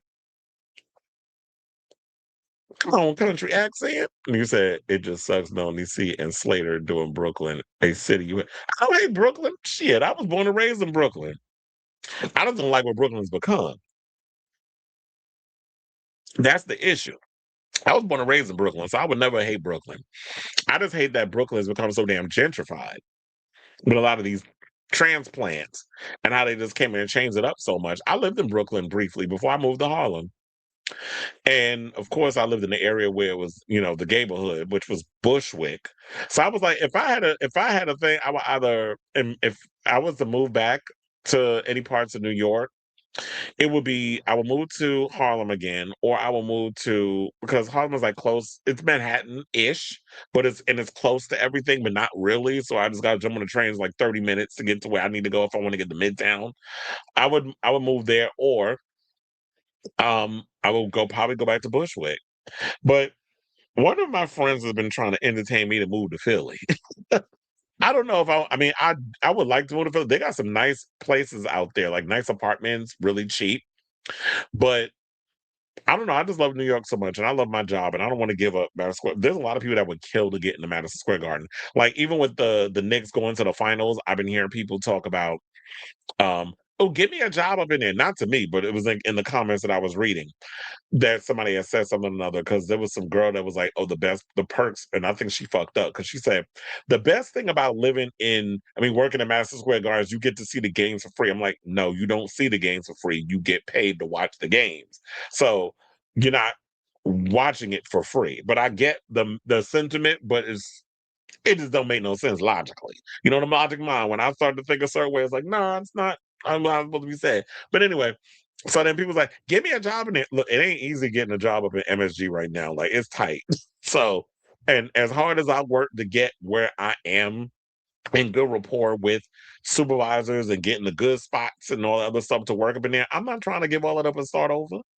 I mean, if I need extra money, I will find me another job. I will get me a security job in the daytime, and at nighttime I'll work the garden. And then in between I have to figure out how I will slip in this episodes of this show. But for the most part, if I need extra money, like that's what I'll do before I leave New York, because it is expensive to live here, but I love it too much to leave it. But anyway, we are at the end of today's show. I want to thank you all for tuning in to the latest episode of Chris Avalon Unfiltered. Hit that like button, that subscribe button, smash the notification bell, all that good stuff. Wait, hold on. Let me see, because I got to check to see when the next time I'm coming on to do a show, because I'm literally working a lot as of next week. Yeah, because they just updated my schedule. So I think y'all will not see me until the 2nd of June. So tomorrow I'm working because I'm doing the Charlie Puth concert. Saturday I'm doing Kid Cudi. Sunday I'm working a Mets game, and then Monday I'm doing Don Toliver's show, which I knew they was gonna give me. I was like, damn, y'all just racist. Y'all stay giving me because I said, why? Because I'm black. Like y'all giving me all the rap shows. But yeah, I'm doing Don Toliver's show. And so I'll have Tuesday, Wednesday, Thursday off that I can give y'all a show. And then I believe Friday the 5th is a Knicks game. That's like one of the first games of the playoffs, if I'm not mistaken. But yeah, so I'll be back next week Tuesday to give y'all a brand new show. So y'all getting a 4-day weekend of nothing. I'll try to see if I can cut up and spread out the show. But today's episode seemed a little to me. But I gave y'all a show. It's a little dry out here. Look, Pride Month's next week. I need y'all to step your pussies up with some tea so we can get up in here and talk some more stuff.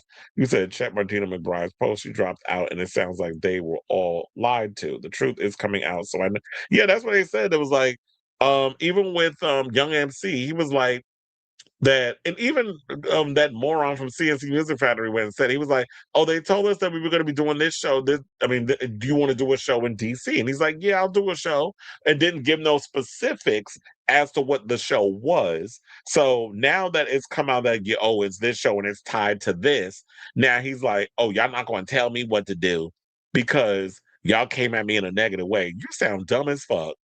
Number one. But all these other stories, like, yeah, nobody told me what this show actually was. Y'all booked me on this situation under false pretenses. So if people don't want to, and I guess it's because we're at a time where we have this fascist running around with swollen ankles, farting every which way that he can, making shitting himself, and got all kinds of heart issues in and out of the damn hospital. Like, how you going back and forth to doing doctor's appointments 3 times in like early 2026? Who goes to the doctor this much? And then you getting like this thing injected in your hand, which is causing the bruise. Then you got this little nasty rash on your neck, and you're sundowning and you're falling asleep, which is like you stay up all night and you texting crazy random shit and rage posting, and then you falling asleep during the daytime. And then increasing your heart issues that allegedly he has, because CNN did a whole breakdown. I was actually surprised that CNN went in and did this whole thing where they had a doctor on that was spilling his tea or whatever, and then it was like trying to diffuse the situation or distract. It's like, we know the man's sick. Y'all just not being honest about what it is. Well, yeah, I would assume that she did. If you're saying that she dropped out, I mean that she was lied to, I would say, like, yeah, obviously she dropped out. But anyway, nevertheless, I'm gonna get off of here. I'll talk to y'all later. I gotta take me a shower, and then I gotta get ready to get up out of here early in the morning. So yeah, see y'all next week with more mess to talk about regarding celebrity news, pop culture, all that good stuff. So yeah, until next time, ciao, darlings.